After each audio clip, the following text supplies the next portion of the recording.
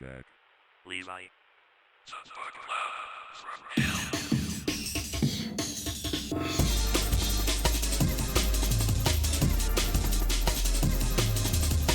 Episode 100. Episode 100. Every now and then we talked about what to do for episode 100. And I think for a brief period at least, we thought about doing Mein Kampf and then decided that we actually didn't want to get banned for our 100th episode. That if we were going to cover a book that would get us banned, it would probably be Mein Kampf. Yeah, it's definitely up there. It's well up there, and I also don't really want to read it. I mean, that's kind of a given for many of the things we read here, but that's one that I particularly don't really want to read. Yeah. Maybe one day. Maybe one day we can release it like... When someone signs up for the $60,000 a month Patreon tier, I will read anything, actually, for that amount of money. Like, you put any book in front of me, I'll read it, I'll talk about it. I'll say whatever you want me to say about it. You're the boss. Upload it to one of those independent publishing video platforms. Not like YouTube. Yeah. We're going to be publishing on Rumble from now on. Yeah, Rumble. Instead, so we don't just nuke our main following by accident. Getting someone signing up for the $60,000 a month Patreon tier would probably entail a huge pivot directly towards whatever that particular person's politics are, whatever their worldview is. Just immediately sell out. Immediately. I'm waiting for it. So 100 episodes. We've done, well, not episodes on 99 books, because some of those episodes have been on other things like the Sacred Games episodes, but this is episode 100, which is quite a lot. We'd originally planned to do 10 episodes and then assess how we were going, so we went well past that. Yeah, let me see. So the first 10 episodes. So the first 10 episodes have been Bronze Age mindset, Unabomber, apocalyptic, Jay Posadas, his stuff, Varg Smile, Food of the Gods, 1 and 2, Doctrine of Fascism, Benito Mussolini, Revolt Against the Modern World, The Scum Manifesto, and Wisdom of the Dolphins. So to think that we might have stopped after Eleanor Selke, you know? Yeah. Eleanor Selke inspired us to keep going. That was kind of the peak of Book Club from Eldo. Yeah, when I finished Wisdom of the Dolphins, something about the secrets of the holographic universe. I can't remember the full name exactly, but I thought, you know what? Literature's not that bad. Books weren't a mistake. I'm going to keep reading. I'm going to keep talking about it. I mean, we enjoyed it so much that we did Exploring the Subtle Dimensions was not Eleanor Selke. It was by Dom Paris, PhD, but it's in the Selkeverse. Yeah. It's Eleanor Selke adjacent. I find a lot of the episodes that I've enjoyed the most have been on New Agey stuff, and consistently those are the ones that the fewest people listen to. Our listeners just fucking want fascism. They want hard right stuff.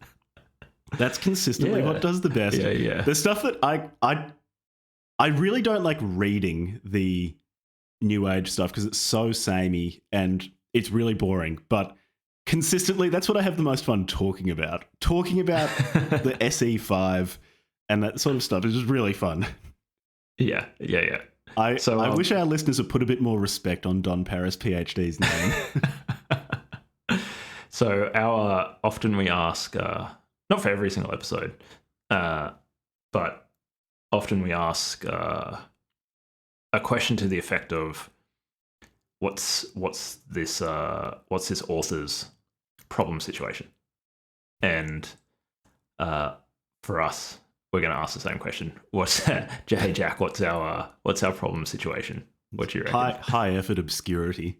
High effort obscurity. We're toiling away in the content mines. We're working really hard, 19 hours a day with no breaks, 8 days a week.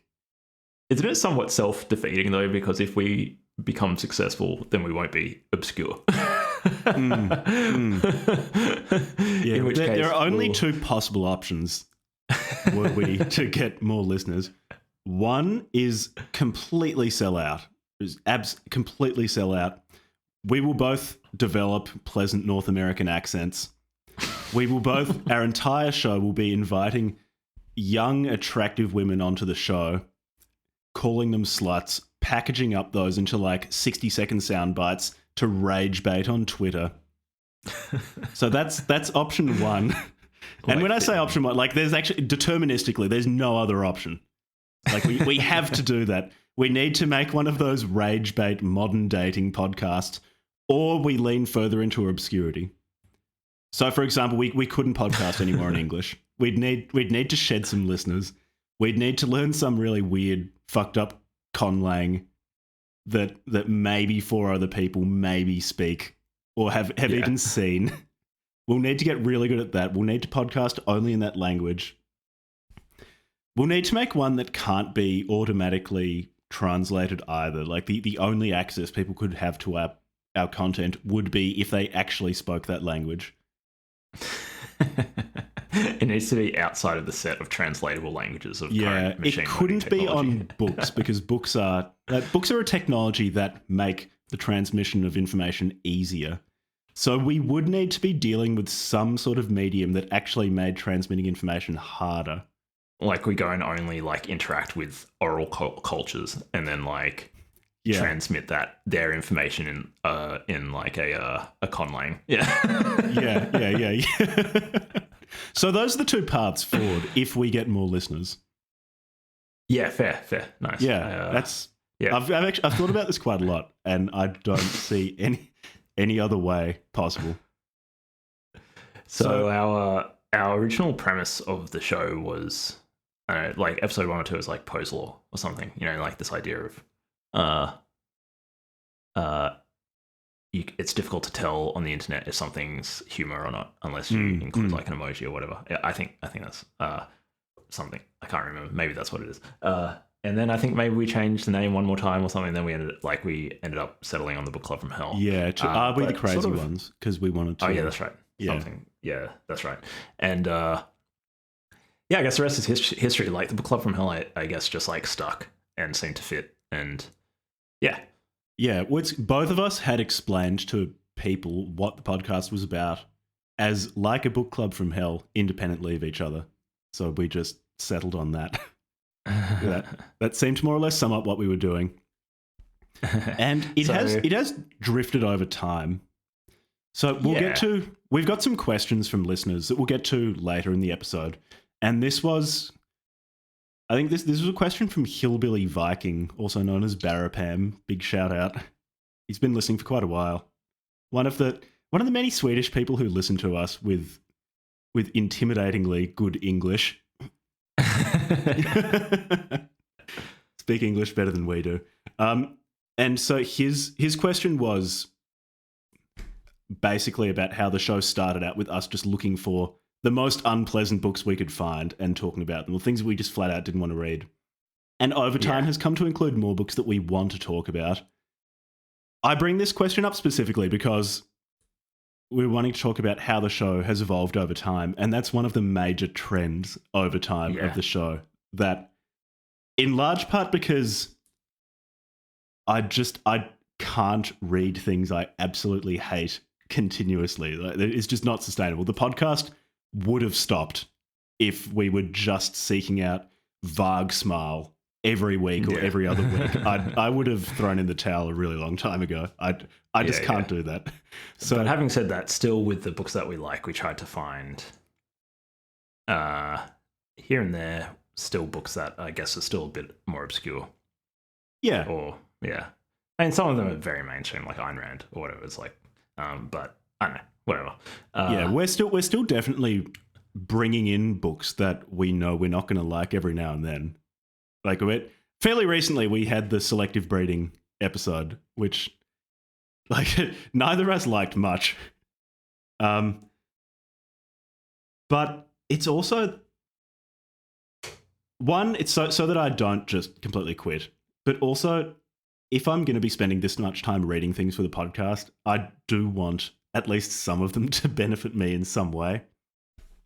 Yeah. So picking things that are weird or I might not agree with, but are in some way interesting. The Managerial Revolution by James Burnham is a reasonably good example. I did that episode with Ed fairly recently, where the book has plenty of flaws, and I don't even agree with a lot of the central point, because it's so much of it is informed by the Trotskyism he was leaving behind at the time of writing. But it's still a really, really interesting book. And I think at the moment, this could certainly change over time. And when we're doing the episode 1000 retrospective, we can look back at the various phases of the book club from hell and see how it's developed. But at least at the moment, books that are interesting that I don't necessarily agree with, and which also lie outside of, I guess, consensus opinion, are things I want to do more of.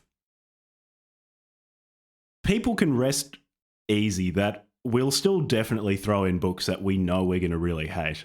There are still going to be Turner Diaries episodes or something like that. Although I would like less white nationalism. I think we've exhausted that, because it's just it's not different. It's all the same. Yeah, it is actually like surprisingly repetitive. It's extremely repetitive. Yeah.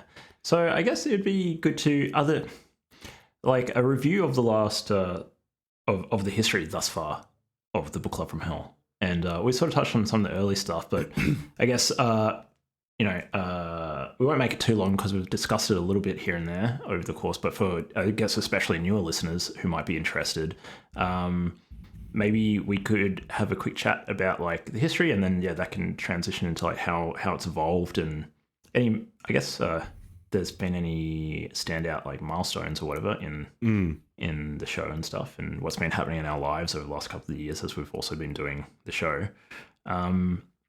So let's start off with our residential so when did we start? Addresses that we've lived in since starting the Medicare show. number and Medicare number. I'll just go get my tax file number. Passport that number, might be relevant. So let me see. Okay, well, we've been doing this for 2.5 years. Has it been? Like now? Yeah. So we started first in November episode, 2022. I just had a look. November 2021 was our first episode. I'm off by a whole year. Yeah, 2021. Bloody hell, mate. Yeah, I know. Yeah, right. That's a really long time. Yeah. Okay, well, that was hot damn like in COVID. Hey, yeah. Yeah, and so I think we've definitely talked about this, but for new listeners, we started, I think it was your idea to do a podcast, basically because you were living in Australia, I was living in Czech Republic.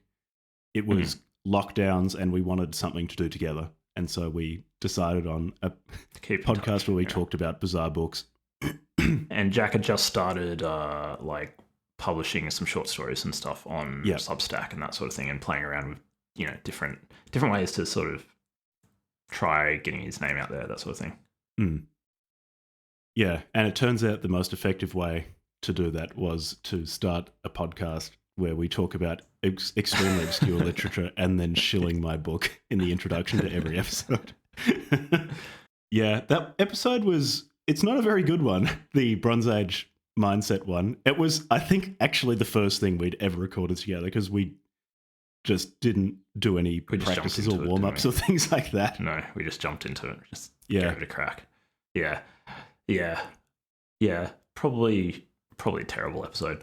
I haven't listened to it. I don't really want to. I expect it's bad. So that maybe we can spin this as intentional and beneficial, that the book club from hell documents our learning process as podcasters, because it begins really with zero experience. There's absolutely no experience. It's an ontogeny of podcasting ability.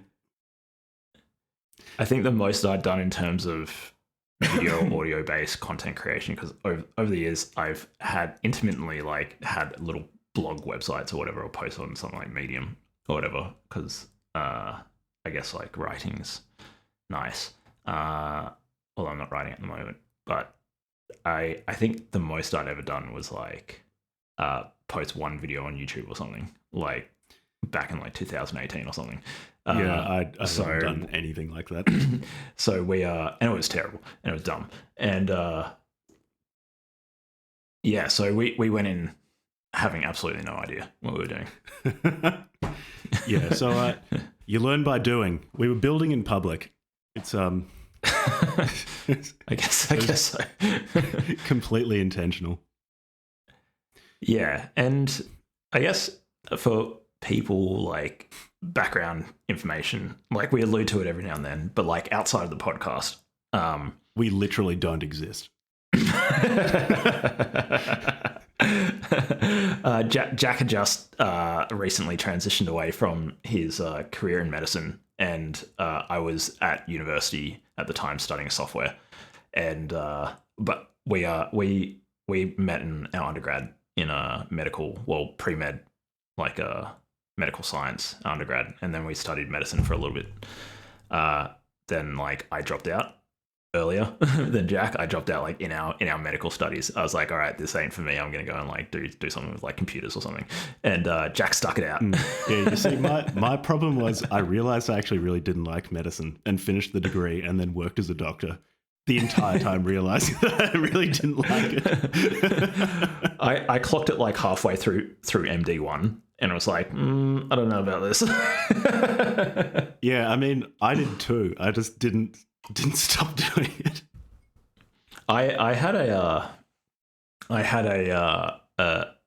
the one time that maybe having a disruptive, like having something in your personal life disrupt your education might have been actually a productive thing for me over the course of my life, because some stuff like my mum had to go to hospital and I had to like take some time off from medical school, and in that time it was like the first time in 5 years or something that I'd stopped to reflect on what the fuck I was doing with my life, instead of just like being on the medicine track, because I just went like high school, pre-med, med straight off, and I was like, I don't know if I actually like doing this.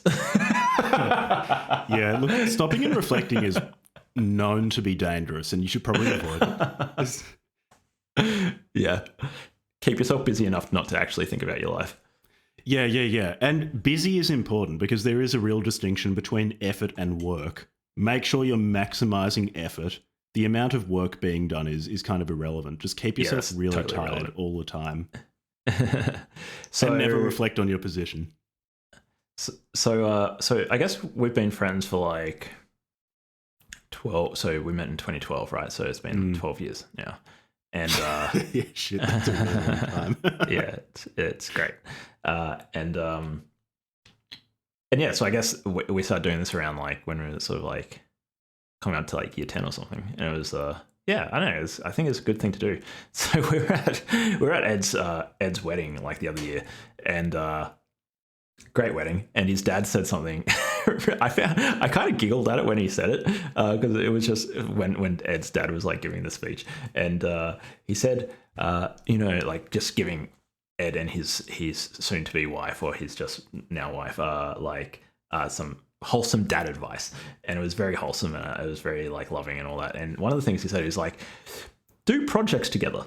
I was like, do projects together. What? Like, what? That's what? Come on, say something more like more substantial than that. Good advice. It's so good. And actually, like, now that I reflect on it and doing this project with Jack, I'm just like, oh, actually, that's really good advice. Yeah, you should do projects. Excellent advice. Yeah, because it gives you and whoever the other person is something like quite meaningful to do. Yeah, obviously going and, I don't know, having a beer together or coffee together or whatever is always nice, and just hanging out. But having an activity, a project that you're working on with me and my partner, like we haven't done it in a while, but we got really into diving together, and I found that it was a great way to, I don't know, just like feel more connected and all that sort of stuff, and work on our teamwork and communication and whatnot.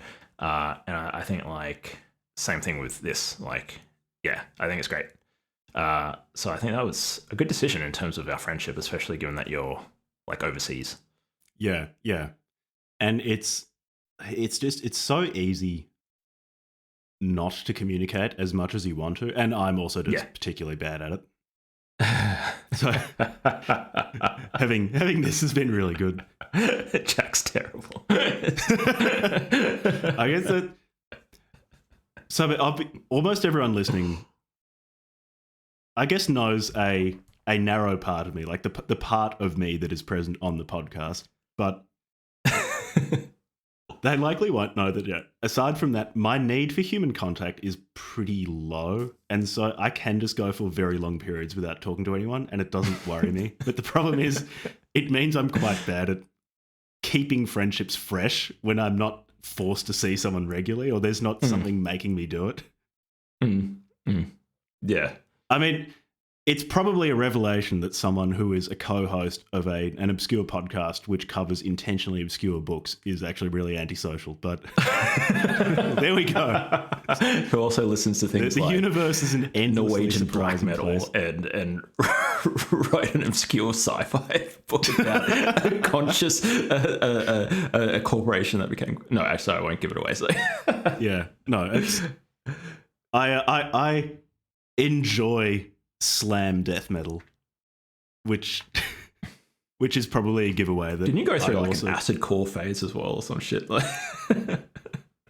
Yeah, I really enjoy the what the fuck am I listening to feeling with music. And so with a lot of, like with basically anything within metal, I lost that feeling 10 years ago.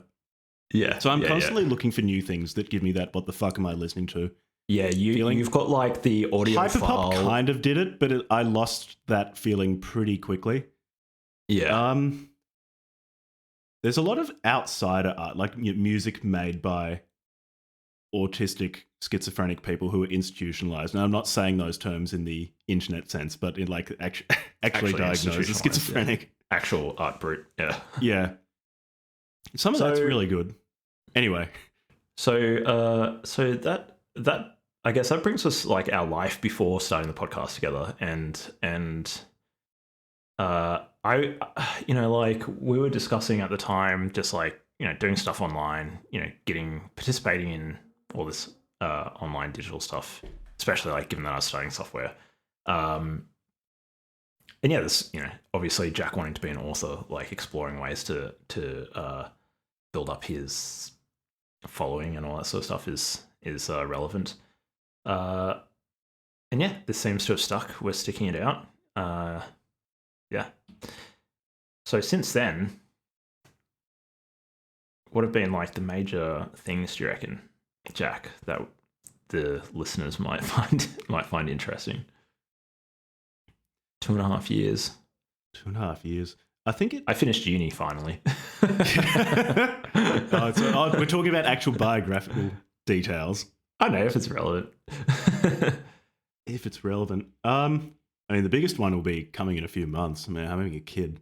Jack's having a kid, yeah. So there cool. might be a disruption to episodes for a bit while I'm sleep deprived and I'm more interested in that might make the offspring episodes podcast. better, though. It might make the episodes better because I'll be more incoherent. Yeah, that's probably the main things. Like, just it's funny because doing it online has enabled us, doing it remotely has enabled us to do it regardless of where we are in the world. Like I was in Indonesia quite a bit last year for about 5 or 6 months. Jack is between Australia and Europe, so it's enabled us to like maintain a friendship and also like kind of spark up interesting friendships with people through the Discord. Like a lot of the people on our Discord are really, really quite really super interesting people. Yeah, so that's also been super interesting. Oh, sorry. Actually, that's probably that. I would say that's probably like one of the actually starting the Discord server. Yeah, was that was huge. One of the that was probably the most important things that we've done. Yeah, I would say. Definitely. Because that's one of the aspects of the podcast that I enjoy the most is interacting with listeners. Yeah, because we unsurprisingly, given the signal we're putting out in terms of the books we're covering, how we cover them, etc., we attract some fairly strange people. But it is really nice to have this small bit of the internet, this little locally stable phenomenon that attracts weirdos who then interact with each other. And there are some people on the Discord who are just completely deranged. And I use that term very affectionately, but there are some really interesting people that I've been able to meet, at least digitally, through through the podcast, which is really good. I didn't expect that when we started it. That's definitely one of the most gratifying aspects of this. Yeah, I vaguely, I don't know if this is an accurate, or, well, this is my perspective on it, but it seemed as though I vaguely remember you being maybe a little bit apprehensive about it. I think this just comes down to what I was saying earlier about me being a bit antisocial, is that Yeah. an excess of social interaction just exhausts me. And I am actually, on the whole, happier when I'm just alone and Yeah, you don't able to need a read or huge to amount. write Yeah. or something Yeah, like that. And so even things, so this has been quite good. So I think first year med school, I deleted all of my social media because I didn't like it. And I did that at one point as well in 2020, I think. yeah, and I didn't want to restart it. And I was somewhat resistant to doing that because I was worried that it would stress me out or distract me or something like that. Discord, fortunately, is different to other forms of social media. I guess particularly the ones that are algorithmic, in that you have an algorithmic timeline that is optimized to retain your attention in some vampiric sense for as long as possible. Yeah. Elon Musk, through the Twitter algorithm, is actually absorbing all of your attention and is converting that into more children or space rockets. And so I was a bit resistant. Discord's better because it doesn't have that feature. It is actually just, if people aren't posting, then it doesn't show you anything, which is nice. Yeah, it is nice. The feeling with algorithmic social media of an unlimited or an effectively unlimited amount of content just stresses me out. This knowledge that it's always there, always waiting to just unload hyper-stimulating content onto you as soon as you open up a web page, I really dislike. Yeah, it's you versus the supercomputers and teams of data scientists who have spent billions of dollars. And you'll fucking lose every time. Figuring out how to addict you to their timeline, to their feed. Yeah, so that's anyway, this is a very discursive way of me saying that Levi had a good idea of starting the Discord, and I was initially resistant, but I really like it now. Although, like, the heel becomes the hero, and the hero the heel. I have become very absent on the Discord of late, and that's more just a consequence of just like me. I'm just like I've kind of gone silent quite a bit on all of my like asynchronous messaging stuff, like at work, and I'm quite responsive to my partner, you know, because we live together. So like it might be a text message about, you know, like organizing dinner or something. But yeah, I don't know, just like I kind of have what you have, except not with regards to like social media feeds, but just with regards to like asynchronous messaging and stuff. Now, I got like a really big family of brothers and sisters, in particular, like 10 brothers and sisters. We've got like WhatsApp groups and stuff, and I just can't deal with it. It's always silence. Like all my notifications are silenced all the time, and and it's just, I just feel overwhelmed by it. And I'm trying to figure out a way for me to start engaging with the Discord again without feeling overwhelmed by just the wall of like chats coming through, and then trying to figure out like the context of like, or whatever the conversation behind whatever the message was, or the tag. And I kind of know that I'm dropping the ball. Like there might be people tagging me about like asking me a question or something. I just haven't looked at it for fucking weeks, and I apologize. I apologize to everybody. I'm going to get back into it at some point when I figure out how to like deal with that.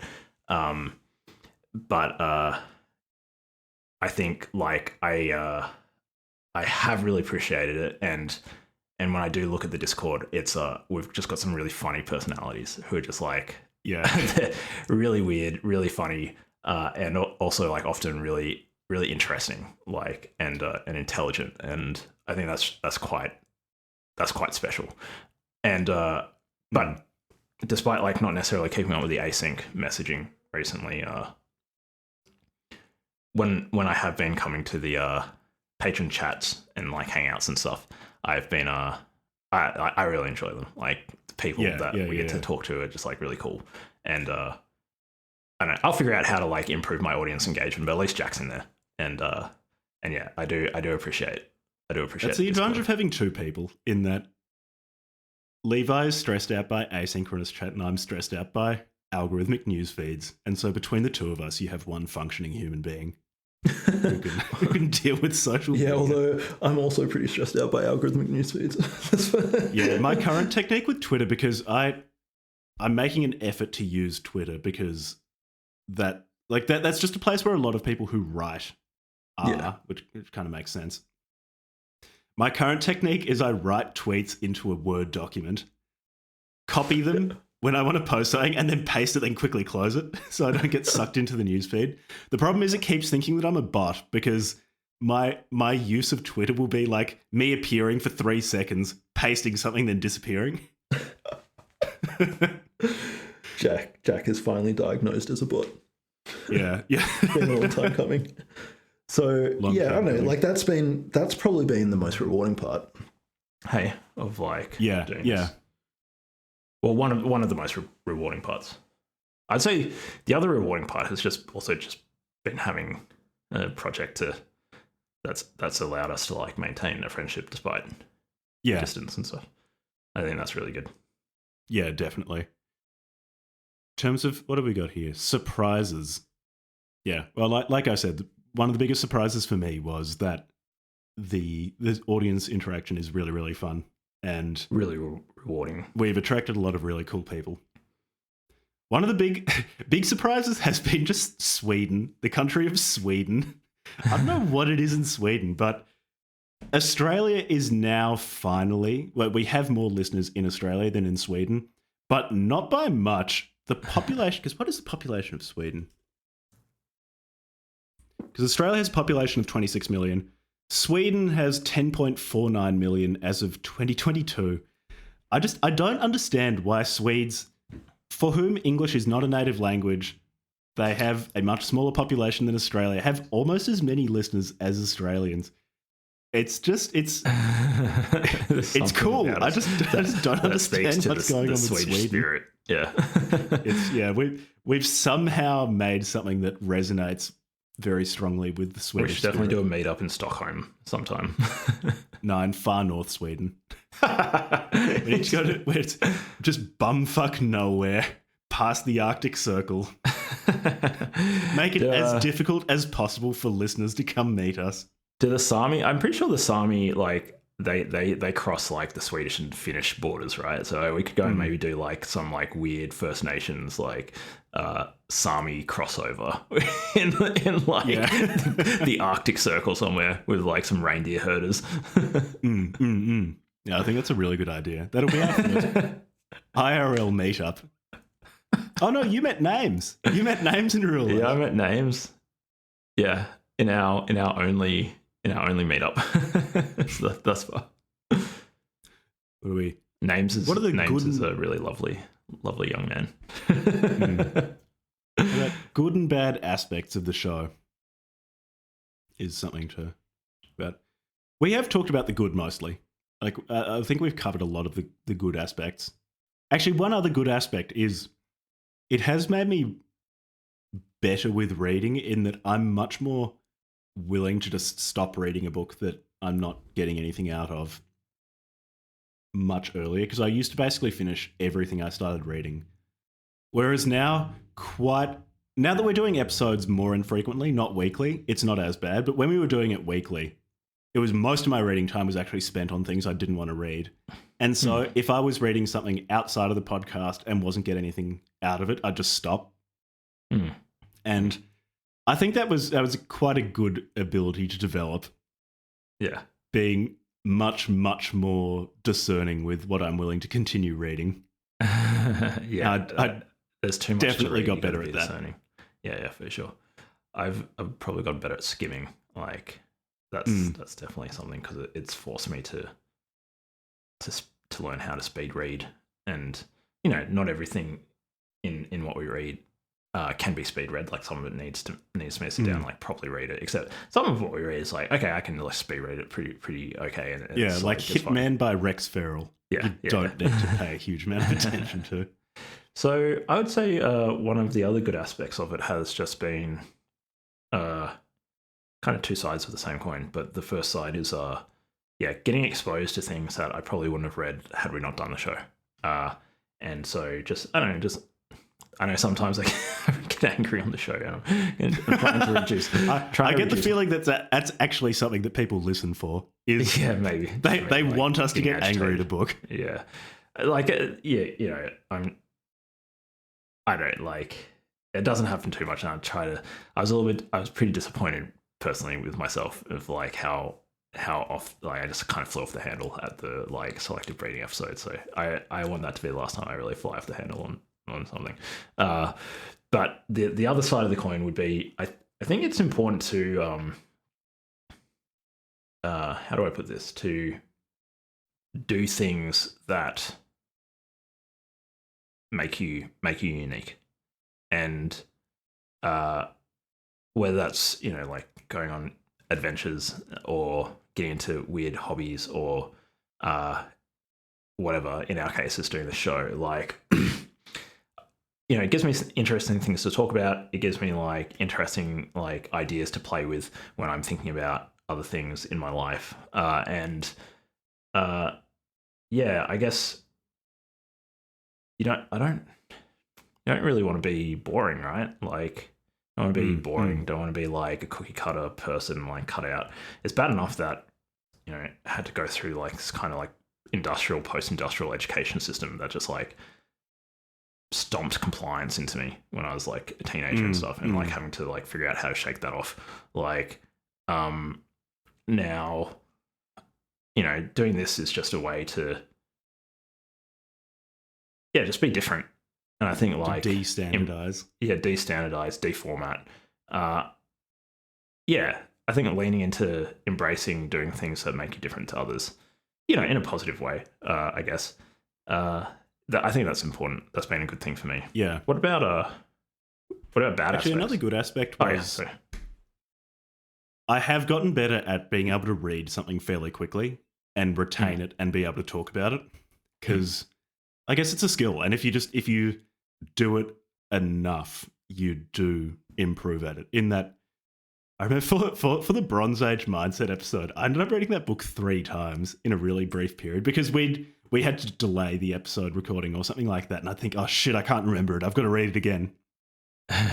Whereas now, like I'm much more able to read through a book, and then if recording gets delayed by a few weeks, like remember it a few weeks later and be able to talk about it without notes. And so that's it's nice to be able to do that, or to be better at that, and I can certainly improve. One other really nice thing, actually, and this ties into our plans for the future, but we're wanting to get guests on the show more often. So as of recording, we've had one guest. We've had James DeLee of the Hermetics podcast talking about his cool. He's an interesting short story collection. Yeah. And that for me was really, really cool, because I'm a really big fan of the Hermetics podcast. I think it's great. If anyone listening doesn't know what it is, I highly recommend the Hermetics podcast. With an X, right? With an X. Yeah. HERMITIX. A great podcast. And being able to meet him and chat to him was really, really cool. And I hope to be able to do that with other people that I spend an inordinate amount of time listening to in the future. Yeah, probably. Are there any other? There probably are other good aspects that I can't remember at the moment. But yeah, overall, I think it's probably been a good thing to do, even if it's not financially sustainable yet. Or may never be. I guess we'll see. Yeah, we'll see. Look, on Patreon now, it pays for our hosting and stuff, like the costs, what we get each month. Oh, that's great. So we can start maybe get a card or something, a bank card, and start putting like charging the Discord. Can we take huge loans out on the basis of Patreon account? Yeah. Yeah. How by the way, I need to go in and like top up the Discord. Thanks for reminding me. So bad aspects.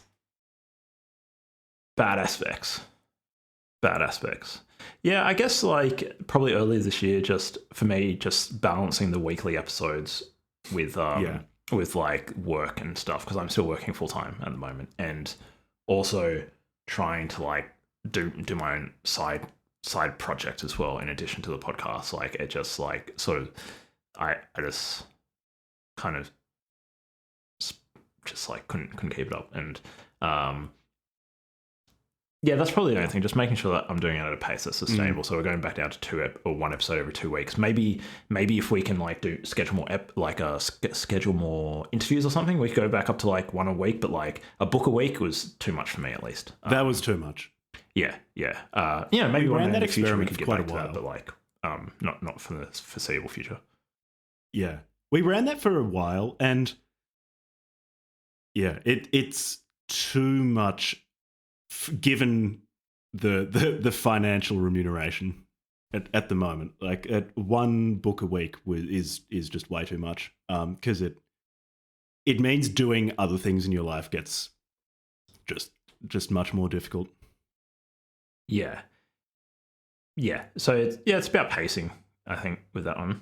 If we, it takes a long time to do pretty much anything meaningful in your life. So playing the long game, pacing yourself, making sure that you're, making incremental improvements and compounding things and all that good stuff. But if you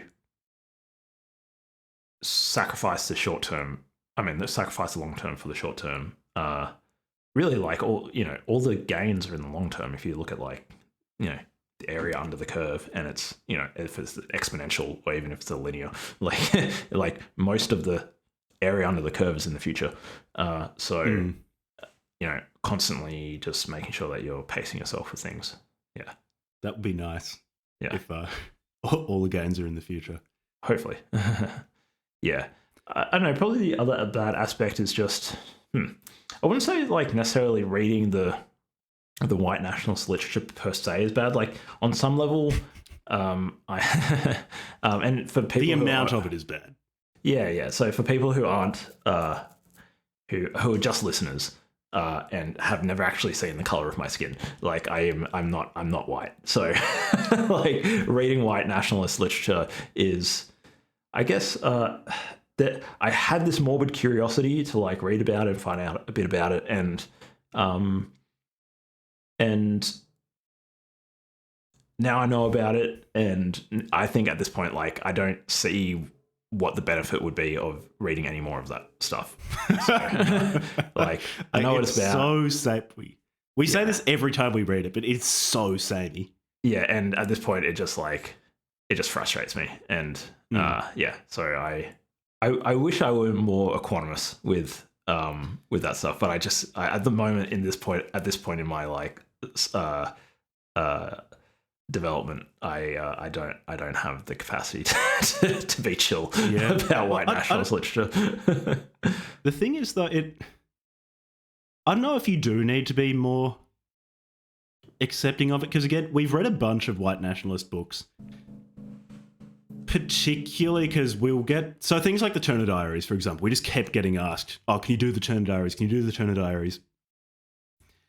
And we did, and it was just like, it's just the same as all of the other white nationalist stuff we've done. And unless I could be convinced that there was some white nationalist work or white supremacist work, if you want to split hairs, that was meaningfully different, and that we could read and say something about that would be different from every other book in that genre that we've done, then I would at least consider it. But at least for the moment, even other things that we get asked about a lot, like Siege by, I think it's James Mason. I don't see why we read that. Like, I don't see how that. A lot of requests for that one, and I'm sure different. Yeah, like I'm sure if we did an episode on it, a bunch of people would listen to it, because, like I said earlier, consistently it's the really far right wing stuff we do that gets the most engagement. But I flicked through Siege, and it's like, I don't know what I would say about this book that I haven't said about every other fucking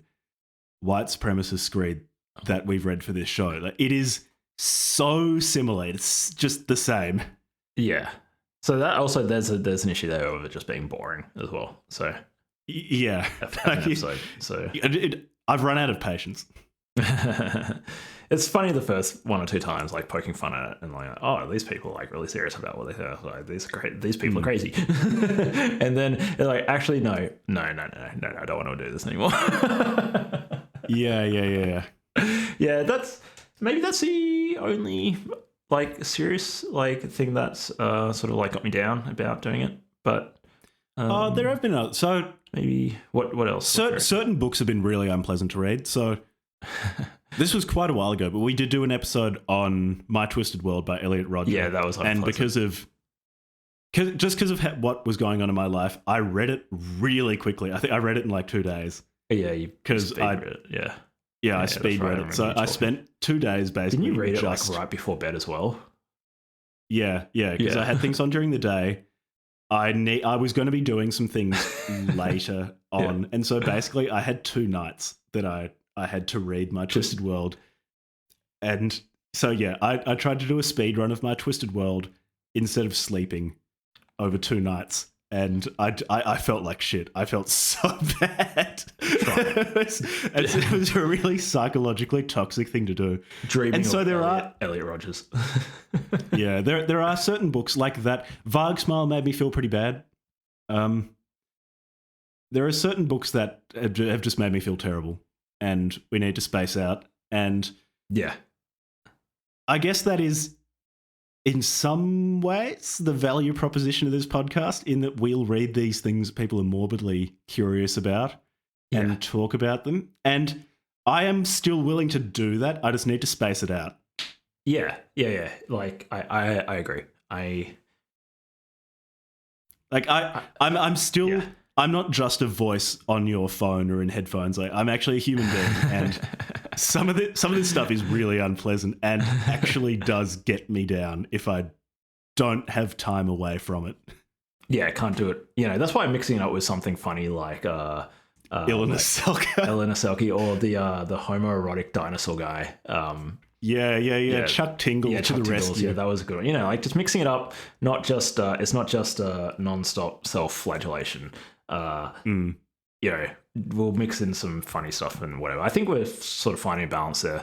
I would like to do more like philosophy that's like obscure. Like I've got this quantum ontology book that I want to do, which that arrived in the mail yesterday. I ordered which just looks bizarre. It just looks like a trip. It looks so good. It's got a great cover. Flicking through it, my guess is that could be a multiple episode one, but I'd be very happy to spend several episodes on it. I've got to check, because that's a good combo of being. Driving. It's weird because it's so. For those who don't know, I'll see who the author was, because I don't remember. Quantum Ontology, a guide to the metaphysics of quantum mechanics by Peter J. Lewis, published in 2016 through Oxford University Press. I've flicked through it, but basically it's a guy who is looking at what the philosophical implications of quantum mechanics are. And a lot of it is him saying, these are new avenues opened by quantum mechanics for metaphysical thoughts, a new metaphysics opened by quantum mechanics. And that's the perfect blend of being weird, interesting, obscure, and I want to do things like that. And yeah, that's exactly the stuff that I need going forward to keep this sustainable. Yeah, and Jack's also found some interesting, like, something like was it the simulacrum and Jean Baudrillard? Yeah, that looks weird. Jean Baudrillard. Simulation and simulacra, or simulacra and simulation. That one. The two. The one with the weird French philosophers that like schizophrenia and capitalism or whatever, and like some of that other stuff. It looks difficult. It looks weird. I probably will not enjoy aspects of it. I've started reading it already, and it's not going to be more like it. I think I'm kind of coming around to it. You know, I do have my moments of just being kind of weirdly interested in just somebody who's just got a weird view of the world. But yeah. Anyways. Less of the, because there's some types of books that it's just like the nature of the book. I don't know if it's something to do with the violence of it or the, you know, like with Elliot Rodgers, he just a cretinous little person who just had a horrible outlook on the world, and that just like seeped into like my subjectivity, and that's just not a pleasant experience. And so yeah, not too many of those. Mix it up with some other weird stuff, other forms of hell. Continental philosophy hell. Yeah, continental philosophy hell is special. I used to be completely allergic to it for a really long time. Now you love it. I've over the past year or so developed a taste for continental philosophy.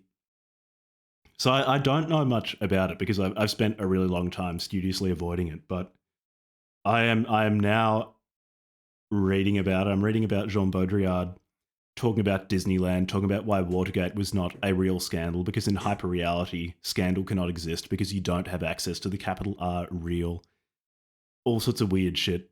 Back to what you were saying actually about certain books that get you down. I think for me, it's particularly if there's enough hatred in the book. And I don't mean hatred in the...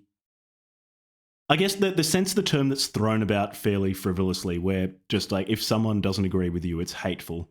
I mean hatred in the sense of reading My Twisted World or Vargsmal, where, say with My Twisted World, he was obviously very hateful because he eventually went and he stabbed his roommate to death, went out and shot a bunch of strangers because he didn't have sex because there was just so much hate in him.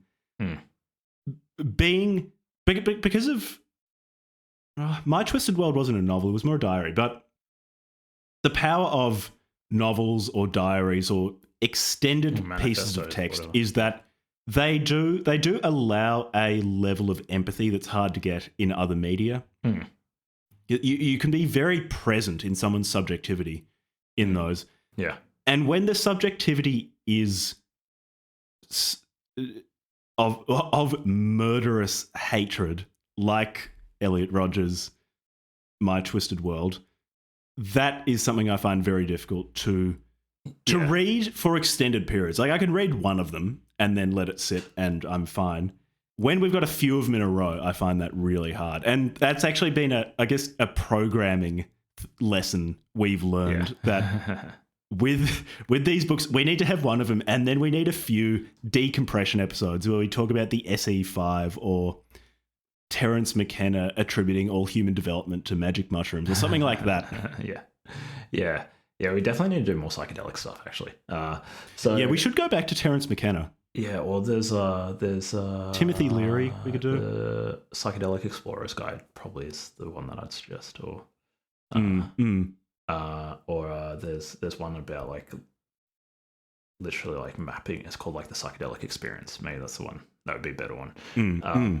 And no, I'm very open to doing that. I in Minecraft do still really enjoy psychedelics. So. Yeah, in Minecraft, of course. It's interesting, hey, because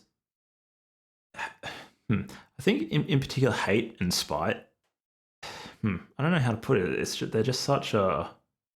I feel really sorry for people who spend a lot of their time, feeling such emotions about the world and towards such hate and spite and animosity towards other people. I think they live a very very sad existence, and reading some of their perspectives has made me appreciate that.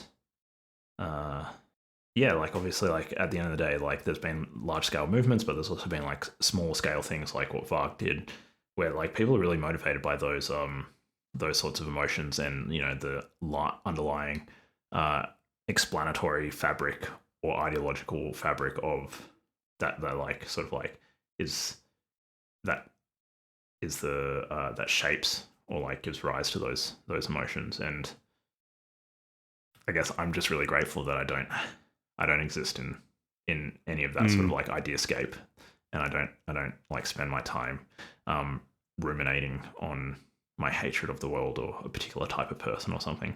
Obviously I don't really feel that sorry for them, like if they go and do something violent, but on some level I don't know, maybe I'm just a pussy, but like I kind of do I feel there's some part of me that feels like deeply sorry for them, and I hope that the people who do feel that way currently in the world, like maybe something gets through to them, and yeah, we can hope. It's interesting thinking about it too, though, because so I find hate in certain contexts, like Elliot Rodger, exhausting. But then there's plenty of art I interact with that is also just like completely motivated by that. So for a lot of metal, it's kind of LARPing at being angry or hateful. Like I'd say 99% of it is kind of pretending. But there are certain bands that make very compelling music where you do get the feeling that it's made by seriously unwell individuals who do just hate the world around them. Like those guys, and it's really who are like engaging. Homeless. Those guys who are like they had a band and then they all became homeless and stuff, and then they got back together and they made another album. Do you know the band I'm talking about? Oh, like I Hate God or something. I think I Hate God's early music is just fucking raw. There are a bunch of heroin addicts. I think in New Orleans. Yeah. And they got kicked out of a bunch of recording studios for like shooting up in them and stuff. It's just hateful, dirty music, but it's also it's extremely engaging. You can't look away. But yeah, so I need to think about it more. Why there are certain pieces of art, or like Zasta, that are made by people who are obviously very unwell, very angry with the world, but I find them engaging. There's something there that I want to interact with. Whereas something like Varg Smile or My Twisted World is hate, but I just don't really want to deal with it. I suppose those other ones sound like they have aesthetic or artistic merit to them, whereas like Varg Smile doesn't. Yeah. And My Twisted World doesn't. Maybe. Yeah. Varg Smile's interesting because then with Varg, he's a good musician. He's not much of a writer, but part of the reason why people pay attention to him is he actually was a really, really innovative musician. Yeah.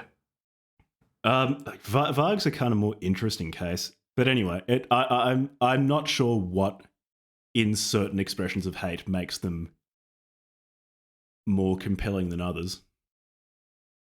Yeah. I wonder how much of it is there are certain things like Varg Smile or particularly My Twisted World where the expression of hate feels almost like them psyching themselves up to go out and commit some act of mass violence.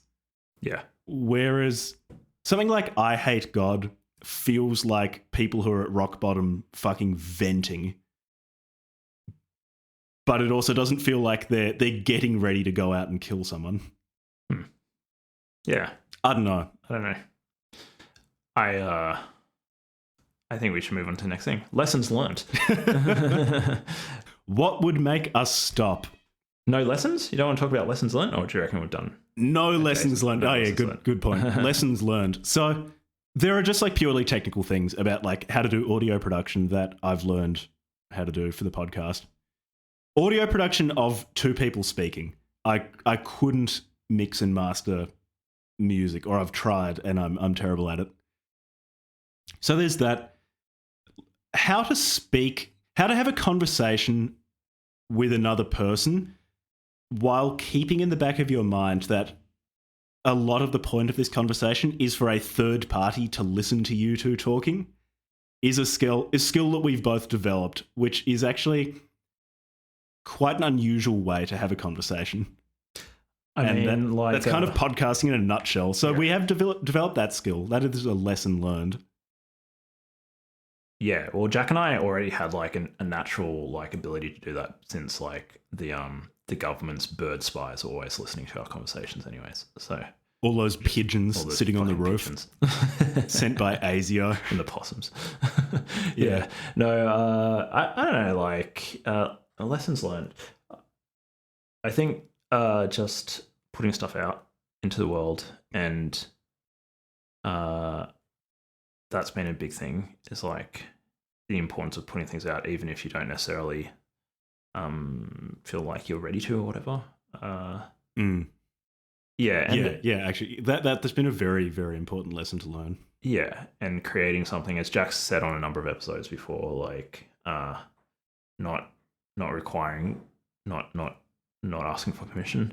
I think obviously some people when they're younger they don't necessarily have that hang up.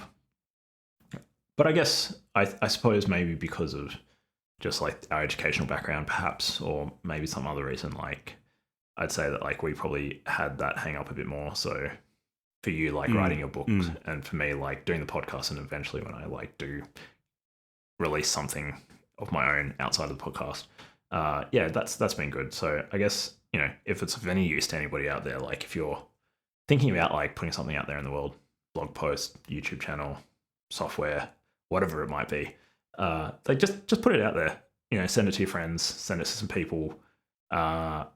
Just keep at it. You know, you never know what might happen. You might meet some really interesting people, and it's also how you learn and how you can grow. And I'd say it's really useful showing the world your things, like your creative output. I think there's obviously an element of it where there's external rewards potentially, or external motivators, like if you want to build a following or financial stuff or whatever. But there's also an element of it that is, I think, inherently gratifying. Yeah, definitely. One thing that I found was important to learn too was, it sounds really silly to say out loud, but it was a lesson I had to learn, was that you can't please everyone, and different people have quite different tastes. So certain people will say that they really didn't like some particular episode, and so I would go and try and think about, what were the things that we didn't do well in that episode that we need to change. And then I'll have someone else shortly after say that was the best episode we've done. Do more like that, please. Yeah. Very mixed signals. Extremely mixed signals.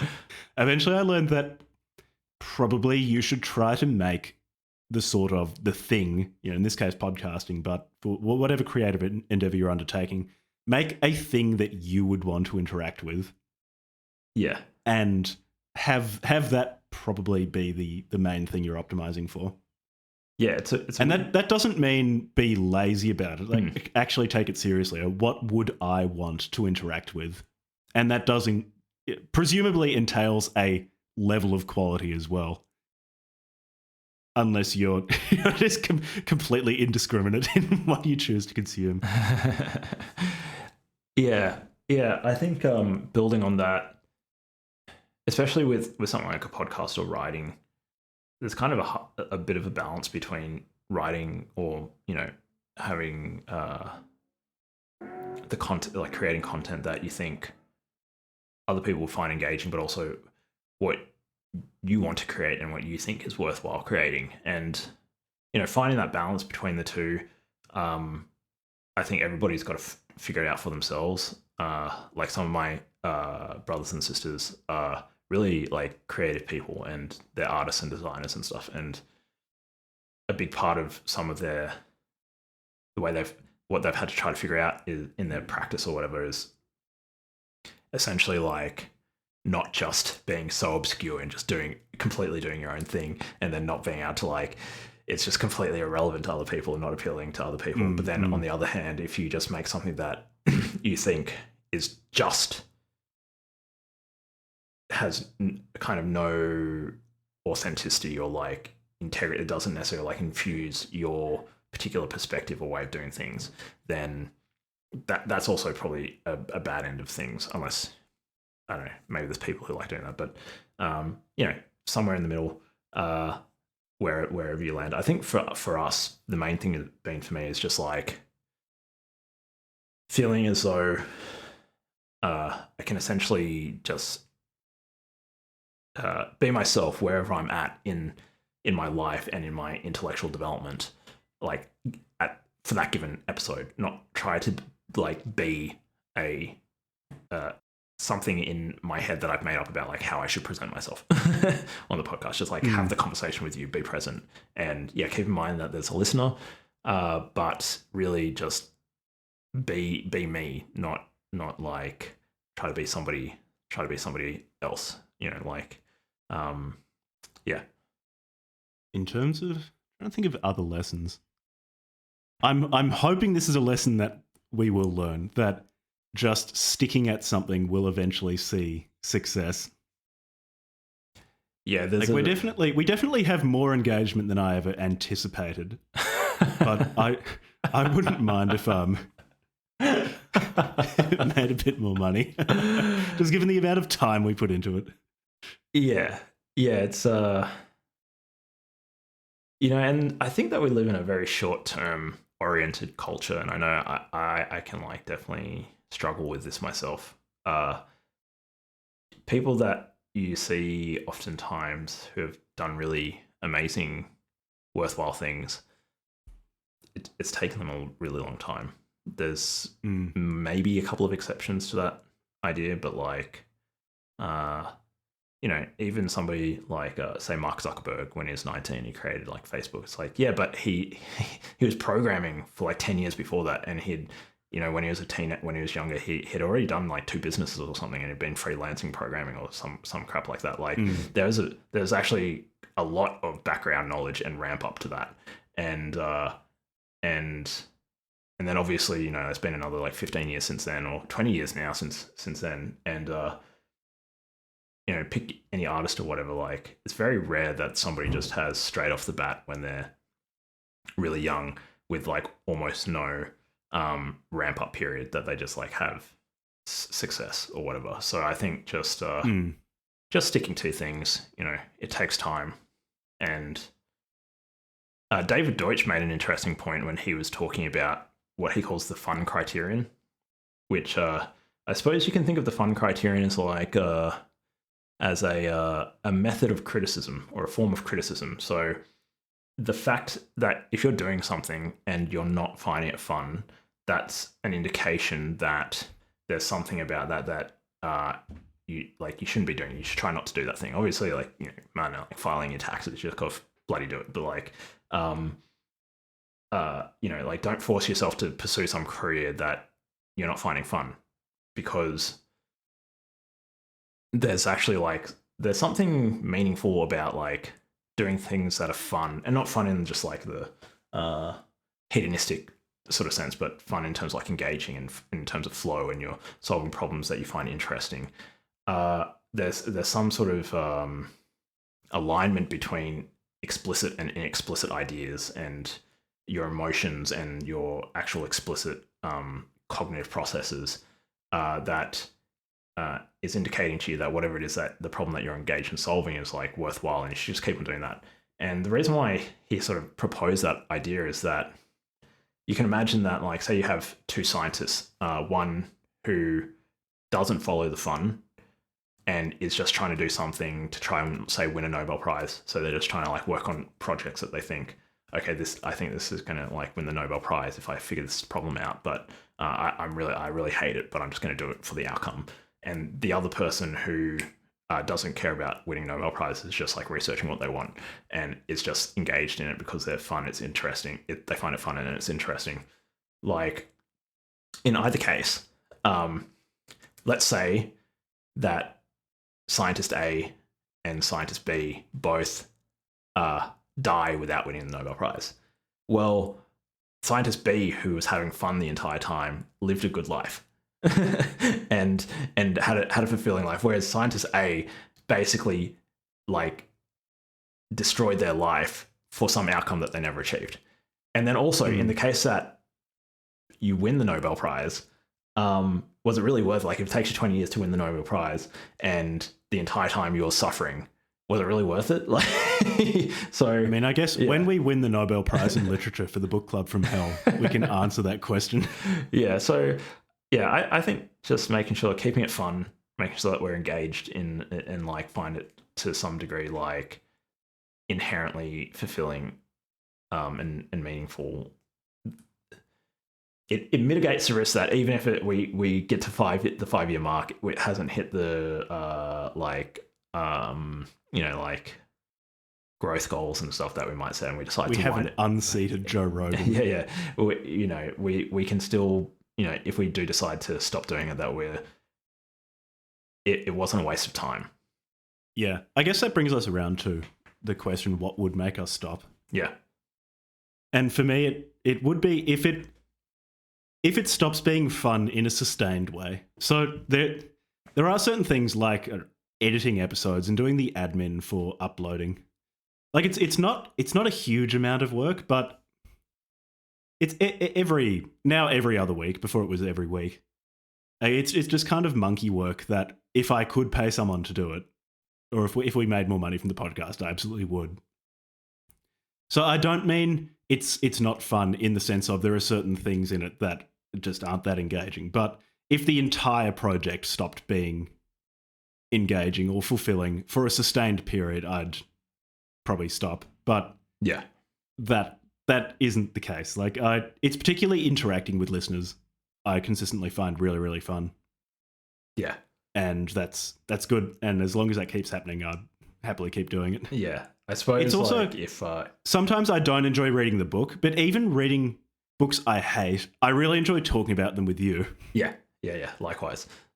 And I kind of think also like the fact that we're going to talk about it mitigates the suffering at the time, because I can kind of think like, oh, well, how could I turn this into like, how could I think like in a conversation, you know, what could we say about this? So that sort of, that sort of mitigates it. Yeah, and I think like if for some reason like if I don't know, something just happened, we just started having really hostile conversations with one another. Just start disliking engagement. Yeah, I'd be more concerned in a more general sense for our friendship if some switch just flipped and that started happening. Yeah. Like the podcast would be a secondary concern if that would happen. And I guess like if for some reason I don't get any ideas, but if for some reason like our listeners turned on us, and every time I jumped into the Discord like to have a chat with like the patrons or whatever, they just started like I don't know, like swearing at me and stuff, I'd be like, all right, I don't know about this. Yeah, if our listeners turned into Red Scare listeners, the hosts of that podcast have a weird dynamic between them and their listeners. if that sort of dynamic began to develop with us, I would probably enjoy this a lot less. Yeah. As it stands, like our listeners are quirky and interesting, but they're not actively hostile. No, they're really nice. They're really fun to interact with. I guess I really like them. I want to meet a bunch of them in real life. Yeah, so. It'd be so fucking cool. Like, hey, like one day we'll get around to like, as we build up the audience and stuff. Like, I think what I'm looking forward to, it probably won't be this year, but I guess like if everything goes to plan with like the finances and everything, and we can like sustain this, like one of the coolest things to do would be to have like a meetup somewhere in Australia, probably to start off with like some of the OG like listeners who have been listening since like the early days and been on the Discord since the early days. That'd be super cool. To meet you guys in person and just like hang out, and I don't know. Yeah, I think that'd be really fun. But might be a while. In short, I have no plans to stop. I'm still enjoying myself. So yeah. What would make us keep going, or what does make us keep going? I think we've sort of answered that, but I think you just got to talking to you about weird books. I just enjoy. I like making stuff. Interaction with people who listen is really, really fun. Now that we're trying to reach out to people to have them on the show, that's really cool. Being able to. So currently talking to a bunch of different people about trying to get them on for episodes. People doing really interesting things. It's really, really cool to be able to do that. I think that's really exciting. I think like interviewing other people, man, like I thought what was his name? James? Is that his name? I when I was listening to that, I just thought, like we definitely got to do more of these, because especially just given the nature of our podcast, like we could interview like really interesting people. Yeah. And like James and Hermetics and Mr. Hermetics. Just what I called him in my head for a really long time. just people who I wouldn't have ever thought about like reaching out and having a conversation to them, and now I have like an excuse to potentially like have a chat with them, and they've just got very different perspectives on things to us, and I think that's really exciting. I think if we can do more interviews in the future, that would be an exciting development in the show that would keep me going. So, and as George W. said, stay the course. So we're staying the course. Shout out to the neocons. He's a constant inspiration to me. Okay. Shout out to George W. Bush. So what's been our favorite conversation so far? What's your favorite conversation so far? And you are allowed to say one with Ed. I will forgive you if you say one of the ones with Ed. I'm trying to think. Wolf Warrior 2 is pretty great. one that I had a lot of. The one that I consistently remember was the tiny gorillas conversation. I think that was Sovereign Individual. Oh yeah, Sovereign It might have been the Individual, second episode. Yeah. The little gorillas, tiny gorillas.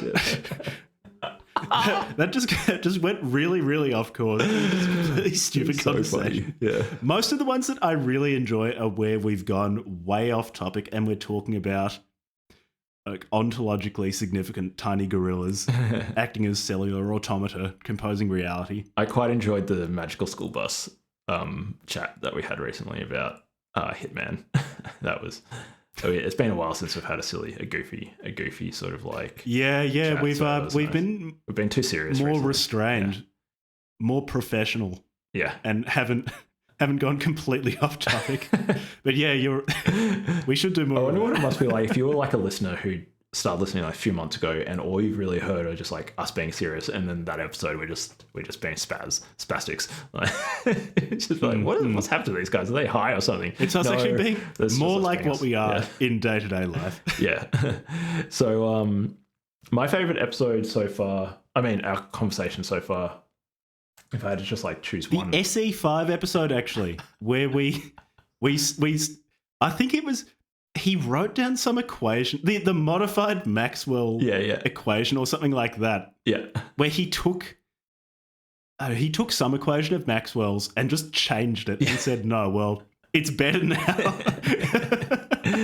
and then fucked the maths up as well. Like it actually and then we thought through all of the implications of it and tried to take it really seriously. I remember having a lot of fun with that.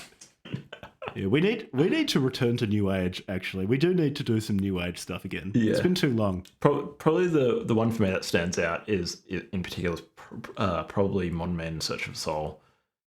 And I think just given that was just before you and your wife started trying to have a kid, that was kind of like mid last year, but you were starting to think about it and stuff, like.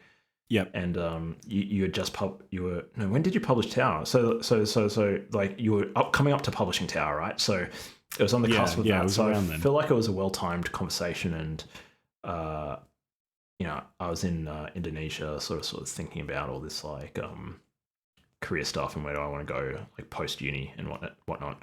So yeah, I thought that was like a good conversation from not necessarily from a content perspective, just purely. It was a good conversation to have. Yeah, at that time. Yeah. What's our plan to get Ed to do more episodes?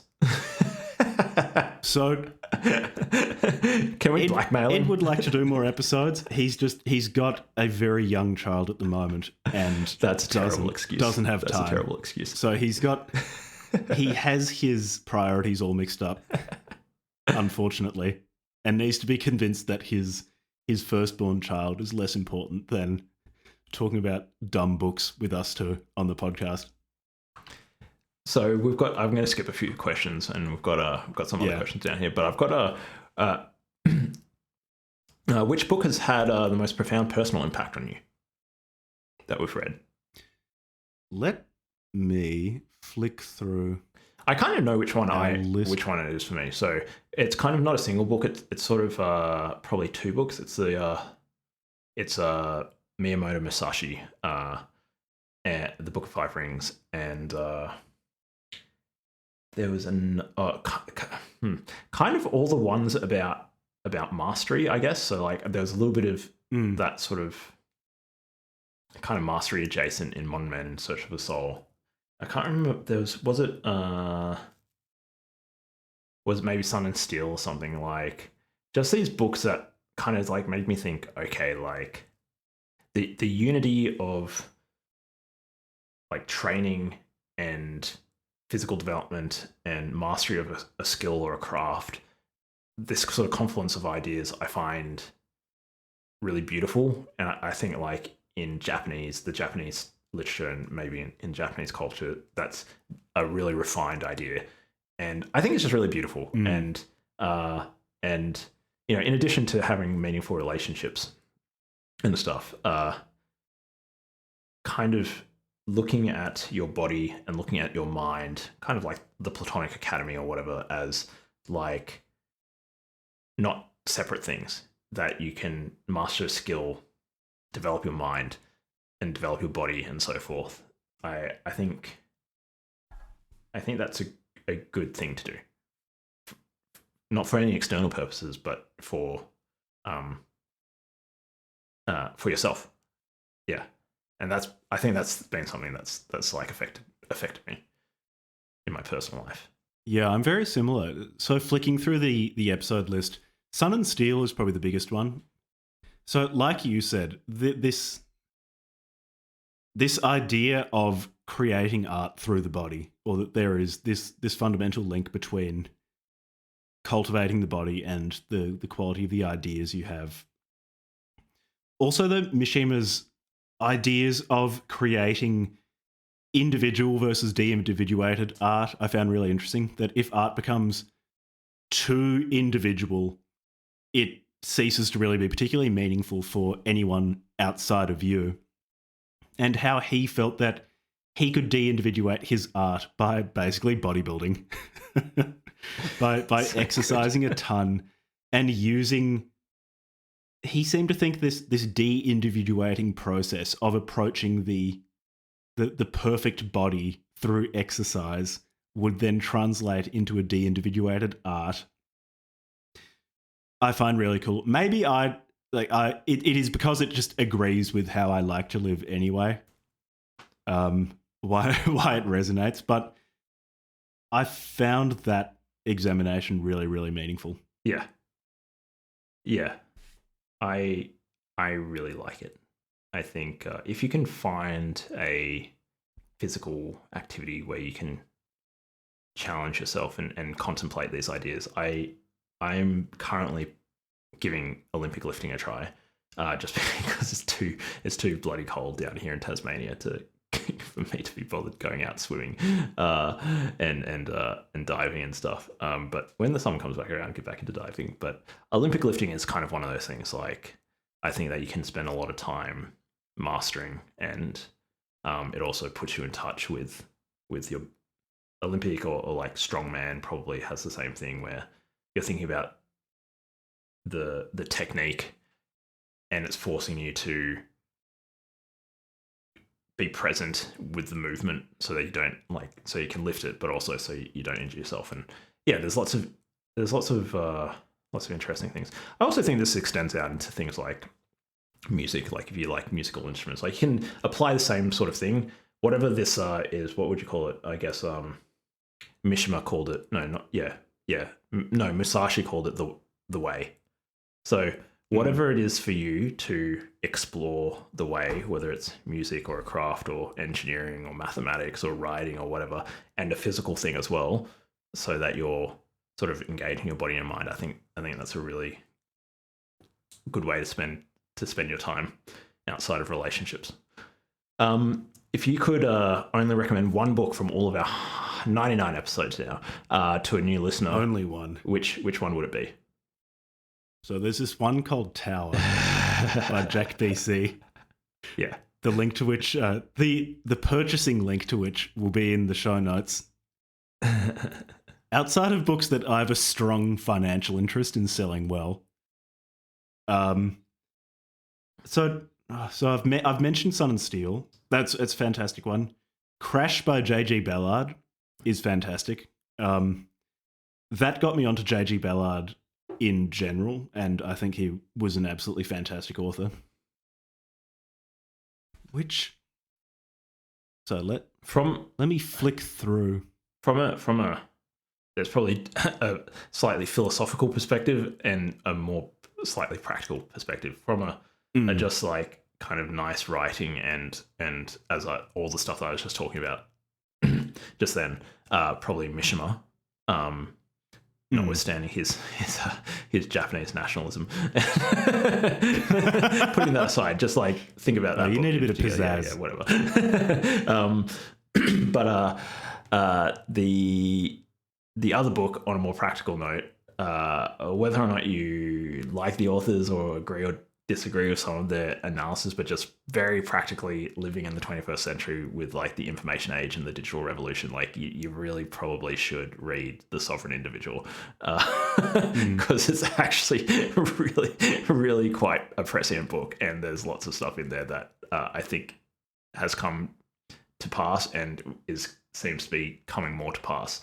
And yeah, I think so. This is a cluster of books. So I'm answering this question in a very, very loose sense, turning it into a question that I'd prefer to answer. Yeah. There's real value to reading things by people who are smart, thoughtful, and who totally disagree with you, or at least inhabit a world that is so different to yours. So, in less practical terms, something like Evola is quite good because he thought about what he's saying a lot, but it's also just totally alien from what I think, at least on a day-to-day basis. And I think there is real value to interacting with things like that. There's probably value actually to, say, Nick Land and Curtis Yarvin, because I find oftentimes the best criticism of a system is from outside it, by people who aren't emotionally attached to defending it. While both of their solutions to the problems they find, at least with 21st century liberal democracy, I think are less compelling. Nick Land's, you hyperspeciate using techno capital, and Curtis Yarvin, you wait for the right moment for the Super Caesar CEO to appear and then support them. Neither of those I find very compelling, but their criticisms of liberal democracy, I think, are really interesting and worth engaging. They're interesting thinkers, yeah, for sure. Yeah, I guess didn't really answer the question because instead of one book, I just presented a bunch of different books and different reasons why they're worthwhile. But that's cool. We have interacted with worthwhile things on this podcast, despite our best efforts. I'm going to, I think so. I'm going to pick and choose some questions from the listener and stuff. I think some of them we've kind of already answered basically adjacent questions. Yeah, so Heilig, shout out to Heilig. I think we've sort of answered some of your questions, but one that we haven't answered is, have there been any books that you would consider to be diamonds in the rough? So I guess underrated or whatever. And then when we read them, we're like, oh, that was actually a great book. Let me have a look. Because, a lot of the ones that I did enjoy, other people enjoy as well.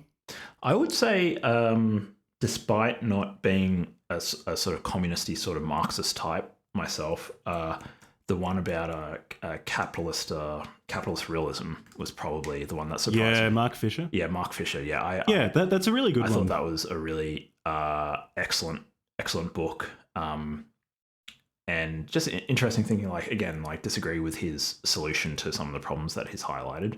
But yeah, thought-provoking, well-written. I can see why people find him an interesting, compelling thinker. And it would have been nice if he was still alive and had kept on creating stuff. But that's probably one. And are there any other? I guess I think it's that's also one that stands out diamonds for in me. the rough is tough because a capitalist realism it's well regarded, at least by some, within its little niche. But outside. Yeah, I guess you're right. Yeah. Actually, The Eye of Argon by Jim Tice. People shit on it and make fun of it and things. And yeah, it's a completely ridiculous story, but it's written with so much energy and naive love of the fantasy genre that I think it's as bizarre as it is, it's a really great story because it's so sincere in its love of fantasy tropes. It's not remotely ironic. It's not trying to be cool.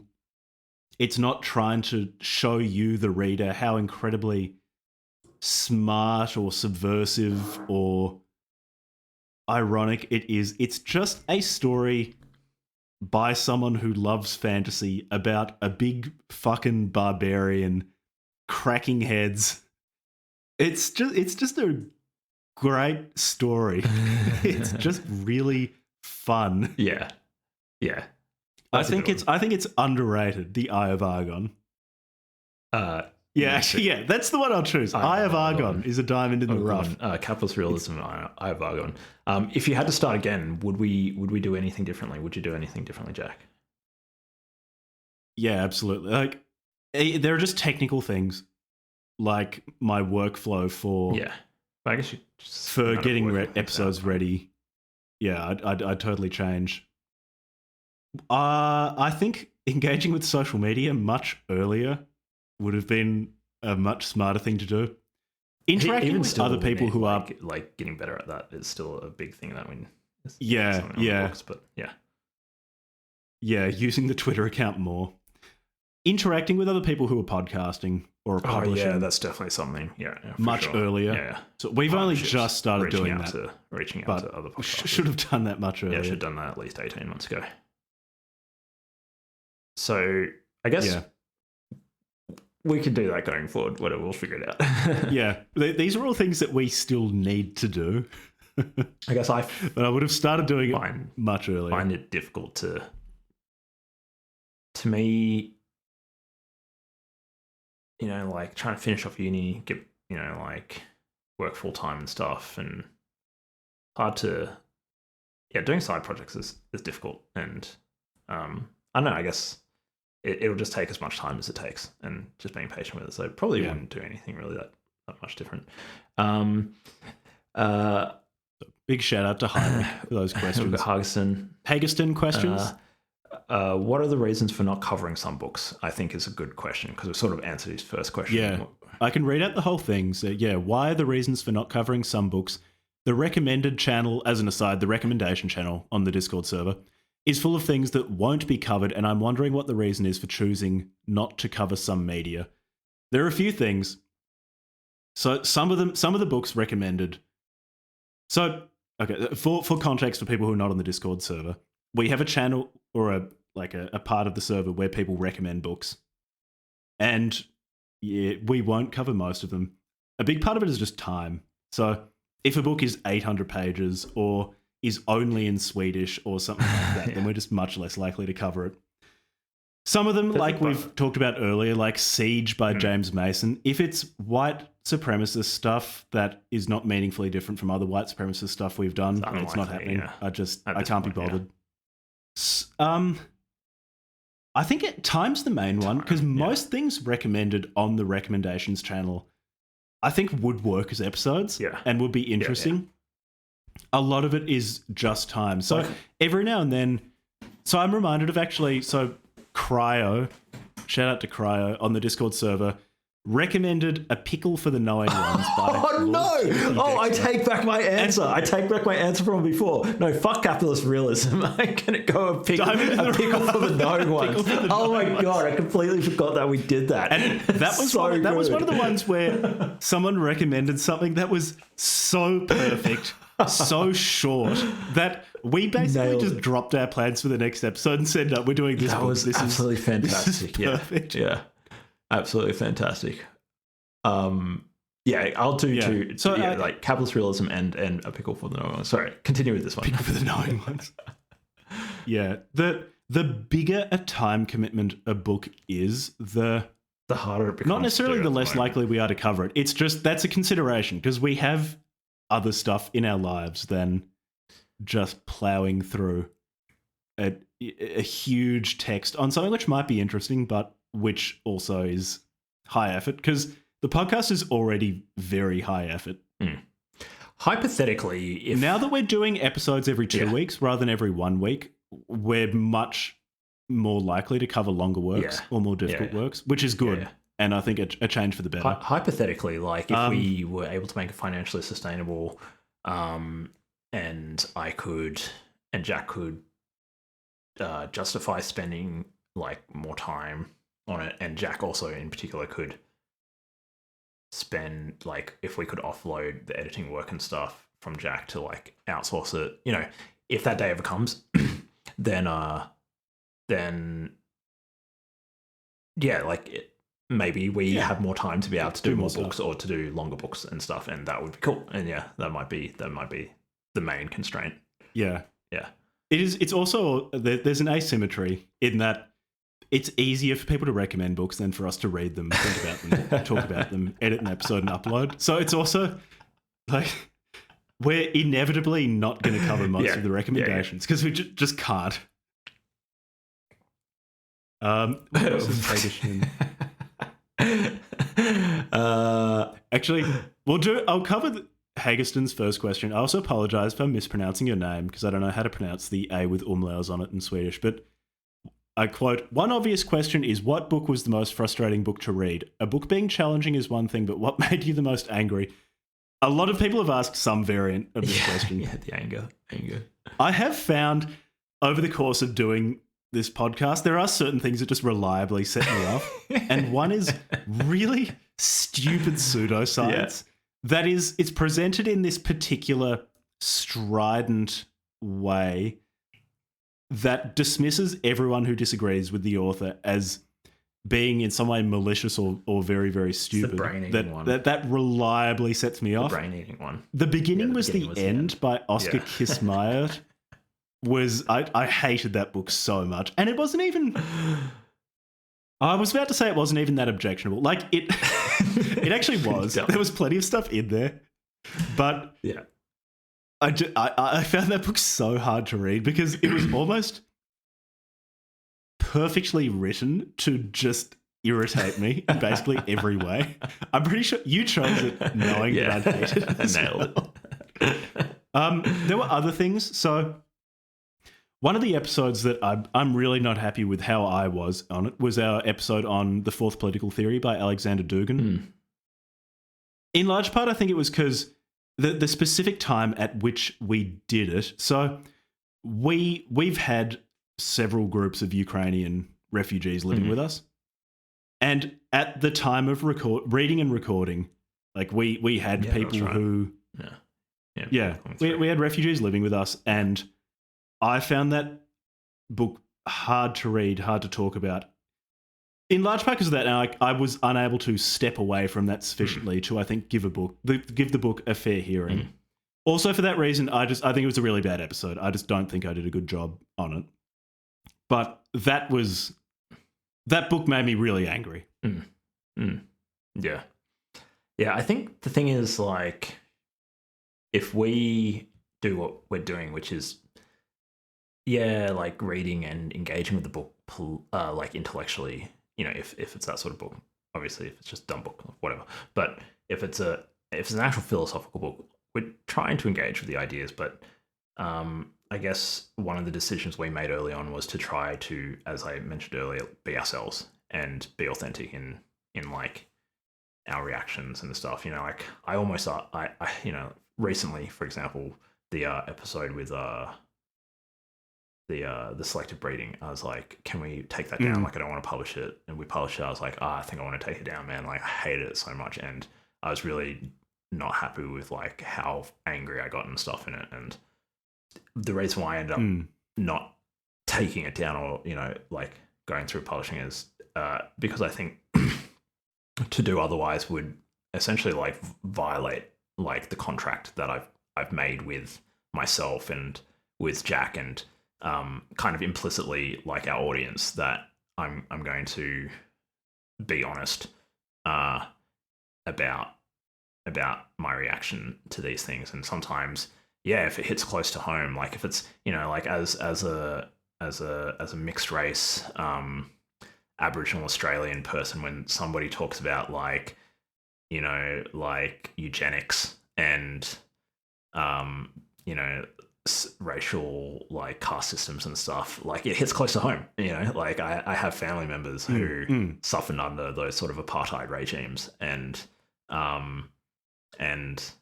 you know, not to the same degree because, you know, Australia is a better place than it used to be, but you know, I've you know been affected by racism and that sort of stuff myself personally, and so it does make it difficult to try to be clinical or whatever about the source material. Like, I don't know. I think that's part of like the way that we have decided to show up for the shows, to be honest, at that level as well. I think that's fine. Yeah, and it's a balance.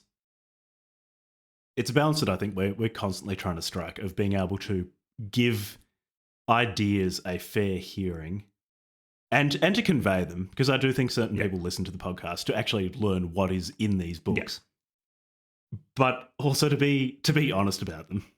Yeah, and I guess like at the end of the day, if you really want to know the ideas, you can always go and read the source material yourself and make up your own mind.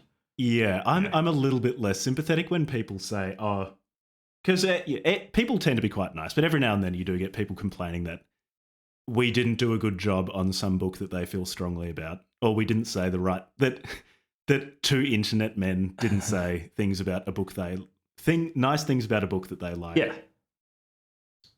And I'm a little bit unsympathetic when people get angry at us for not reading a book that they like but haven't read, and then not conveying to them the information that they feel should be in the book that they haven't read. And it's like, look, if you're at that stage, just fucking read the book if you feel that strongly about it, instead of relying on us, whom you obviously don't trust. Yeah, and I would say also that with almost very few exceptions, maybe some stuff around like biology stuff for Jack, because Jack's very good at biology. Like, pretty much none of the stuff that we cover we're experts in, or have like we're not. I wouldn't consider myself an expert at like anything, but like, but in particular, like stuff that I've spent a significant amount of my time studying and or working on.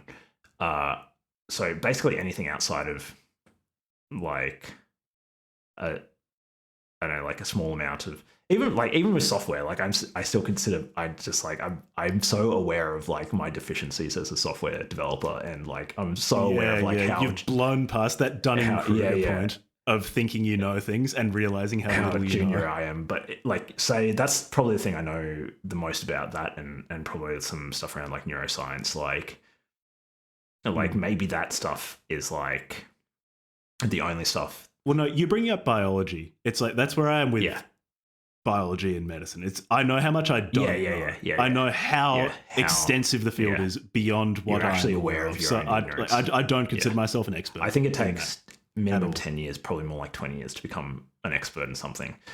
So yeah, not an expert in anything. And so like if we cover stuff and we're just reacting to it with like the knowledge that we have and the biases that we bring to it, and we make some mistake, well, it's fucking what you signed up for, mate. If you wanted experts to like critique the thing or like engage the thing, like go and listen to a specialist podcast. Like we listen to everything from like a guy having setting up a business with the like embodiment of his own business spirit inside his own butthole, all the way to like Russian geopolitical philosophy. So like, I don't know if there's anyone who can even like feasibly be a specialist in all of those things. We will. If someone signs up to the $60,000 Patreon tier, we will become experts in everything. What books created the most gay tension in the call? Chuck Tingle. Chuck Tingle. How's that a question? Chuck Tingle and Ayn Rand. Chuck Tingle is Rand. Ayn Rand. Probably my favorite bit about Ayn Rand as an author is how confidently she just put her own fetishes into books that just absolutely did not give a shit. She liked being treated roughly, and that was just front and center in basically every piece of fiction she wrote. Cryo asks, what's your favorite color? Blue. Green. I like green. Good question. Nice. Shout out to Cryo. Hillbilly Viking. Not really a question, but more a reflection. You started by taking the weirdest books you could find within some limits, like not wanting to do too much white supremacist stuff. But it seems it's more and more books that you've actually been interested in. Book Club from Heaven, as you said in the interview episode. What's your thoughts on that journey? Sort of answered this one. Yeah. Sustainability is the main thing in that. If it were just doing My Twisted World every week or every other week, I would have stopped doing this so long ago. Yeah, sustainability. And also I think also opportunity. Yeah. Like there are opportunities to read things which are weird that we don't necessarily agree with. Sorry, but are really interesting. Like quantum ontology. Like that might just be a really weird book. It might just be really schizophrenia and capitalism. That might just be a really weird book. And yeah, I don't know. Maybe hell. Maybe the Book Club from Hell. Like broaden the idea. Maybe we should call it the Book Club from Hell, Purgatory, and or Heaven, or something. Dante's Book Club or something. But the name's gonna stay for now. Yeah, probably that. And I think it's also good. Probably better from a listening point of view. Like, do like? I mean, maybe there's people out there who would just love to hear us suffering every single episode, but I have a suspicion. I guarantee there are such people. That I think probably it's probably a nicer listener experience that you're not just constantly just being barraged with Jack and or Levi being upset about something, just getting angry. Yarp. Why didn't Levi? You pick a question next. Whichever question you want to do. I'm just gonna do. Why didn't Levi originally want to cover fiction, and what made him change his mind? I know the specific book that made you not want to do fiction anymore. I just don't know how mean to be. Which one was it? It was called The Crocodile. Oh yeah. I remember after that episode, you asked me not to pick any more fiction. Oh yeah, I put a moratorium on fiction because you didn't like it so much. Shout out to F. Gardner. I haven't read fiction since then. The moratorium's lifted. We can start doing fiction again. I'm cool, man. Just maybe no more F. Gardner. I think no. I struggle with fiction anyways because I am currently, Jack and I were talking about this offline at one point about kind of what we're interested in at the moment, and I think you can speak for yourself, Jack. But if I remember correctly, the conversation was something like Jack is in a phase of his life where he's kind of more interested in. Would you say like transcendental ideas or whatever, rather than like really kind of hard science or whatever? Is that an accurate? Do you remember the conversation? I remember this conversation. It was. I think it's. So I have spent a really long time learning, kind of exploring the explicit part of explicit versus inexplicit. The world in that I studied science as an undergraduate degree. I studied medicine as a postgraduate degree. So I've spent a lot of time learning about the rational and the explicit, but there's much more of the world than that. Yeah. And so I'm very interested in the implicit, and if not the non-rational. I don't know if I'd necessarily call it the irrational, but the hidden. Yeah. And so I'm spending a lot more time with fiction and philosophy for that reason. Yeah. And that's obviously like part of like your transition from like being a practicing doctor to writing speculative fiction, right? Like, it's sort of it's interesting. It kind of echoes of sort of Rene Girard sort of vibes or something like that, like it's kind of exploration of these deeper sub layers of like the human experience or something. You're on an interesting journey, Jack. Keep it up. For myself, anyways, going back to the original question. So I'm like the opposite of Jack. I am currently in a period of my life where if it weren't for the Book Club from Hell, literally all I would be reading would be like business, technology, and science books. And that's all that's all I do read at the moment, and then I make myself also read the book from a book club from Hill, and it's the only thing that's stopping me from becoming like completely one-dimensional at this point in my life. I'm extremely utilitarian. I just like next to my bed at the moment, there's like books about SaaS. There's books about marketing. There's like a book about arithmetic, and I don't know, like it's just all maths and computer science and business related books. And I think that's fine. That's where I am in my life at the moment.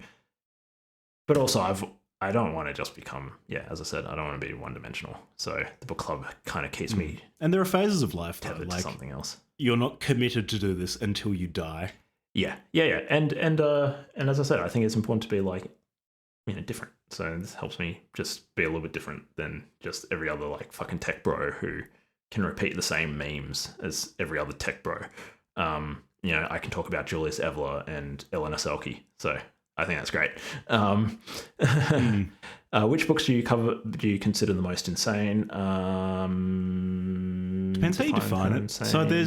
So for example, a lot of the new age stuff is, if its practitioners took it completely seriously, to me just sounds psychotic. And I say that more in a medical sense, like actually disconnecting from reality. There's a particular scene of The Wisdom of the Dolphins by Audrey Selke where she's talking about how she and her husband are on a plane and they start using image transformation because the plane is delayed to step into another dimension where the plane is not delayed. And how they were walking up and down the aisle in the middle of the plane looking at people. And was like, oh, wow, the people in this different dimension look just like the people in the dimension we just left. And to me, that sounds... it sounds delusional. Yeah. Like it sounds like part of the positive symptoms of schizophrenia. Yeah. On a clinic, if by insane you mean clinically insane, that would be up there for sure. But if you just mean strange, and we still need to do the final episode of it, but Decline of the West. I mean, that guy just lives in another reality. Yeah. And I guess, 'cause again, what does insanity mean? So Spengler dedicated something like a decade of his life to writing those two books, which to me also seems insane. I should also qualify this by saying I actually do enjoy The Decline of the West. I'm reading through the second volume now. I like it. I just am not convinced it has a high degree of correspondence to reality. But that someone would dedicate that amount of time to just such an unusual theory is also wild. I'm glad to live in a world where people do that. Yeah, that is funny, isn't it? That would probably be it. I'd probably agree with you. I can't think of any others. So some homoerotic questions. There are a lot of questions actually about being gay. Or like, twerk off. Do you guys ever think about exploring each other's bodies? Slime Man, can you guys do an oiled up twerk off in celebration? Your old memes. Something about twerking as well. There's a lot of gay questions. I'll just bundle them all together and answer yes. $60,000, baby. You got that $60,000 tier? You might get a little bit of. I'll do whatever the fuck you want for $60,000.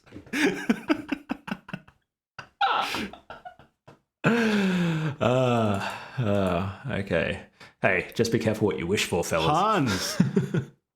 Faustus, a.k.a. Hans. Ass or tits? I don't see why we have to choose. Yeah, I mean, it's peanut butter and chocolate. You can have them both. Do that. Which author... Oh, this is from Movie Master.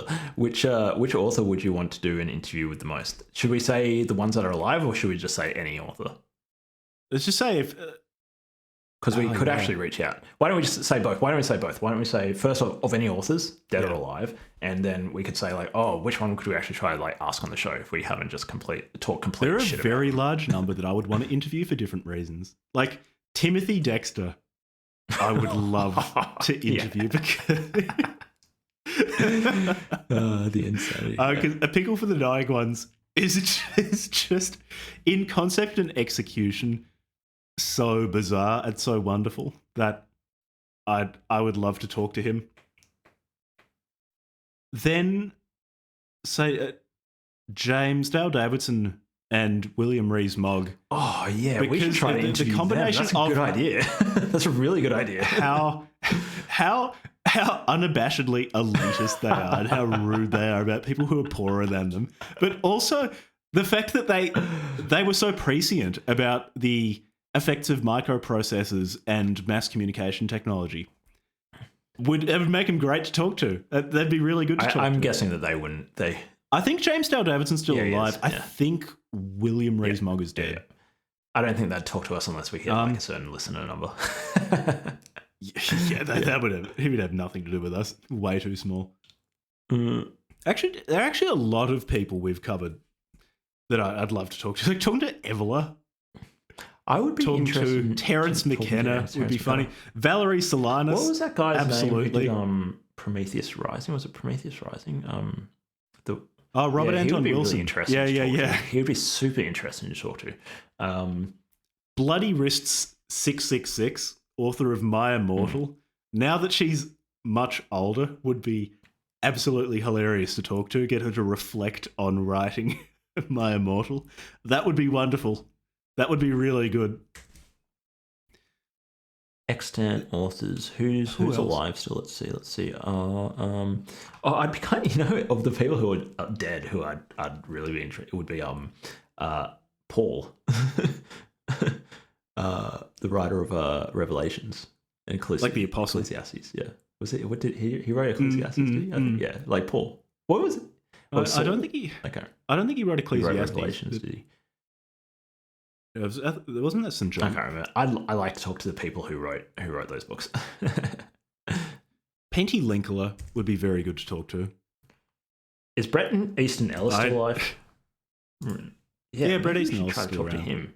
I guarantee he would have absolutely no time for us. Maybe we should still email him though. Hey, Yeah, if you cold like- email. Ayn Rand, actually, I should be funny to talk to. would be fantastic. Probably just tell you That to would like be- kiss her feet or something though. Kiss her feet while she puts out cigarette butts on your tongue or something like that. Talks about libertarianism. That'd be good. You know who? What else? JG Ballard. Realistically, actually, I would love to talk to just because I'm a big fan. I love his books. Realistically, it would be legitimately really cool to talk to Curtis Yarvin. Yeah, that would be really cool.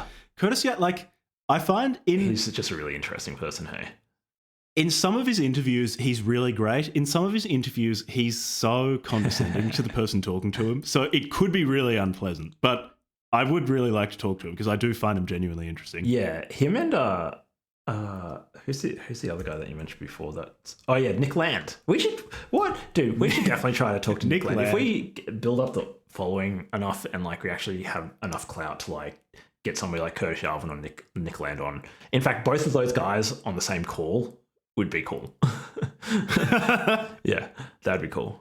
Nick Land will be very interesting to talk to. And he does a lot of podcasts and he's really fun to listen to in podcasts.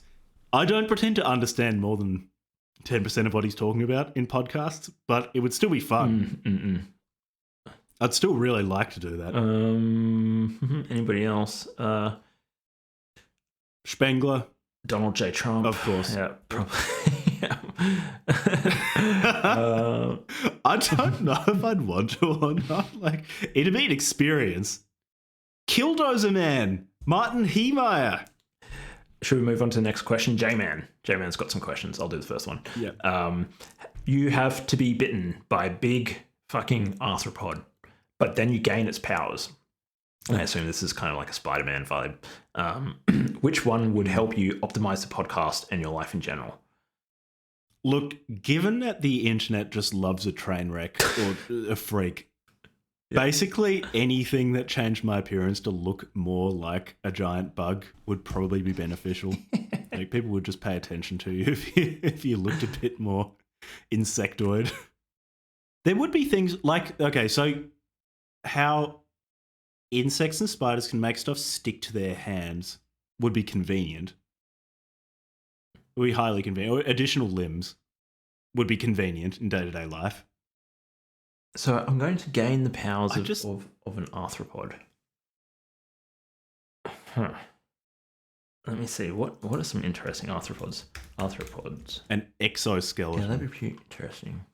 Let's see what's in this group of animals. What have we got? We've got spiders, centipedes, trilobites. Is it were a form of arthropod? Oh man, is that a horseshoe crab? Horseshoe crabs, of course. Arthropods includes crustaceans. Oh man, yeah. I would probably be like, you know what? I'd be what the about those shrimps that can see with the eyes, with the 16 like yeah. What's it called?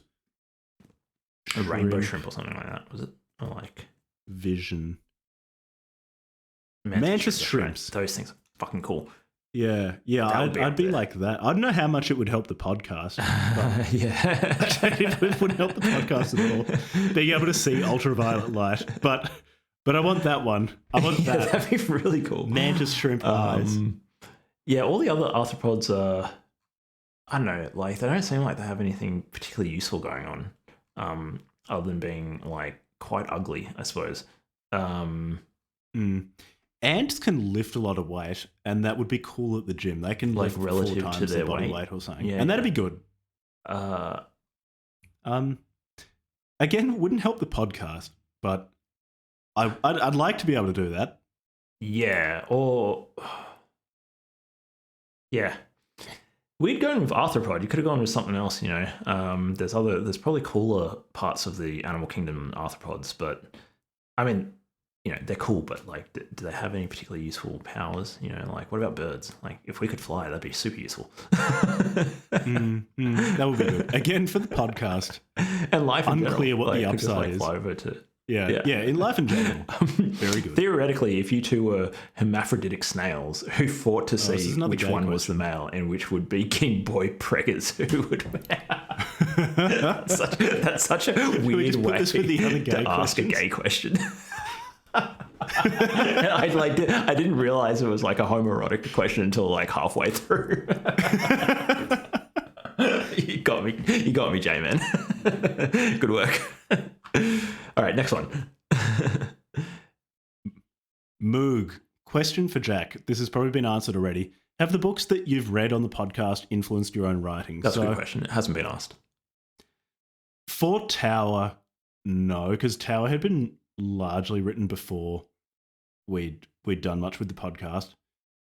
Second book that, like a manuscript I have that I want to polish up and see if I can get edited. Yes, it's been much more influenced, particularly by almost the fashion element of extremist ideologies that I've noted among some of our younger listeners, where they'll take at least the aesthetics of some sort of extremist ideology like Poseidism or, say, Evelyn's perennialism or fascism and use it as an item of fashion. And so that odd phenomenon certainly has influenced things I've written. Yeah, I think just the exposure to a lot of different viewpoints at fairly high volume without any sort of obvious programming. That is to say, reading a bunch of left-wing things next to each other or a bunch of right-wing things next to each other, and instead they've all been jumbled together. That experience has probably aesthetically influenced my writing. I don't know if there's been anything which has really clearly influenced my writing as a single work or a single ideology. Okay, I've got a second question from Moog. Question for both.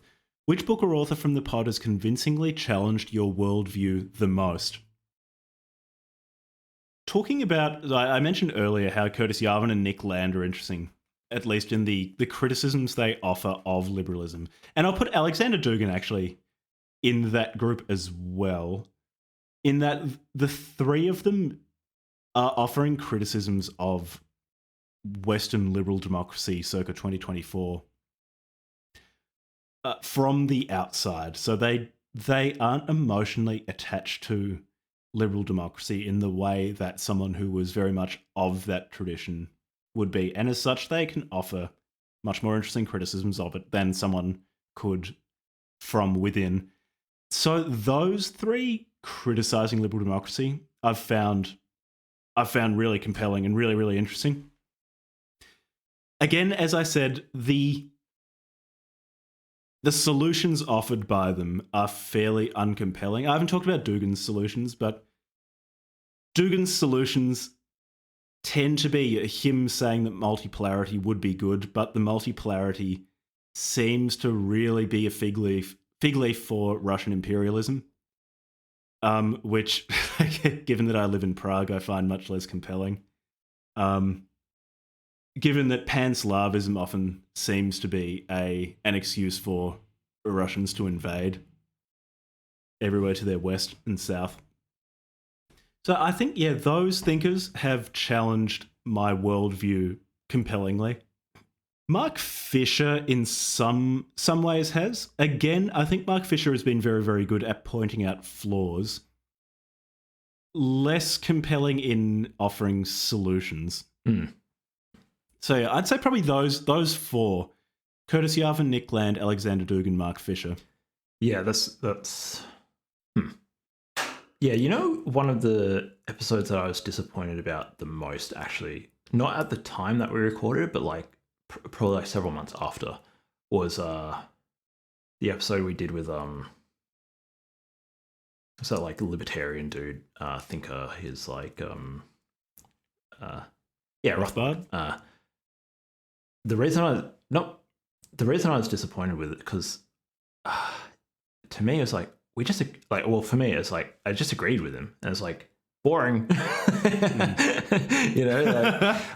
it wasn't like particularly like it wasn't one of his more obscure ones. Like I think there's another one where he criticizes like fiat science and stuff, which I think would have been more fun to like talk about.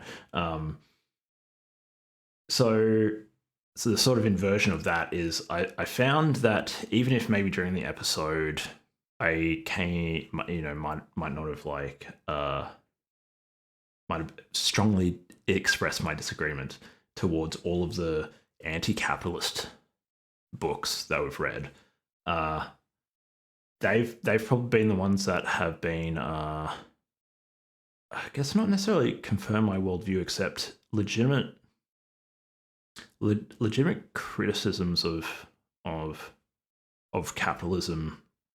I think are important to engage with, and I don't necessarily feel like a lot of the libertarian thinkers do that in a lot of ways. Like the American libertarian thinkers, I don't know, maybe I just haven't read enough of them, but I almost feel like they're kind of almost dismissive of like other points of view. Whereas like, say von Mises, The Last Night of Liberalism,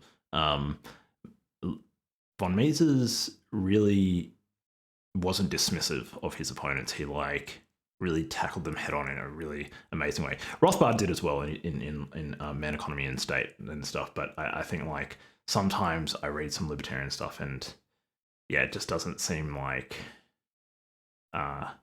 doesn't feel like they're coming across in good faith and engaging with things. So reading Capitalist Realism was really good in that respect. Probably Dugan, I think, for the same reasons that you said. Yeah, those ones. Yeah. And I would like to cover Dugan again and do a better job of it now that I'm in a better position to talk about it. I guess it's hard for me to move from. It's almost like I feel like I'm in a bit of a kind of like an intellectual shelling point with the concept of error correction.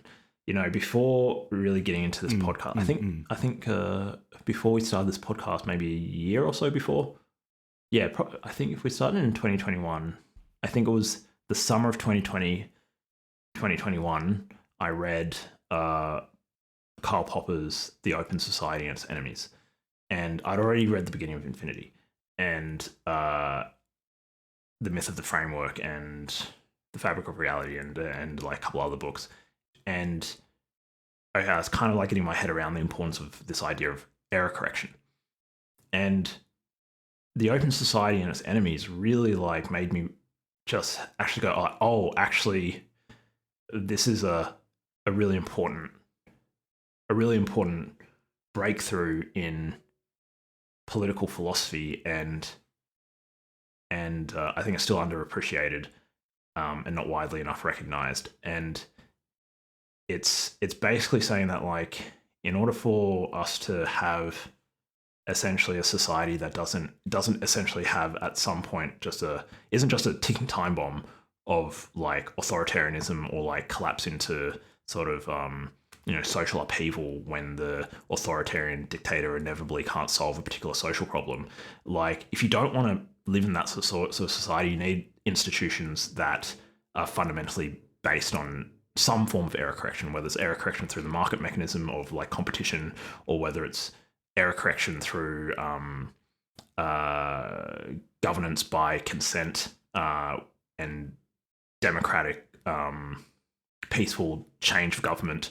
These institutions, as well as a whole bunch of other institutions, are fundamentally error correction institutions. And the sort of the question that anybody who has a criticism of those things, whether it's like the authoritarians, like selective breeding people, or like the communists or the Marxists or whoever who are trying to say, well, we need to get rid of capitalism, we need to get rid of democracy. It's like, okay, but are you going? What are you going to replace it with? And is it going to have better error correction mechanisms? Like, as flawed as our institutions are, they're still error correcting. And sure, they might go more slowly than we'd like them to do and all that sort of stuff. And sometimes they don't go according to what our personal preferences are. They might go a different way, but they're still based on this like peaceful, dynamic error correction.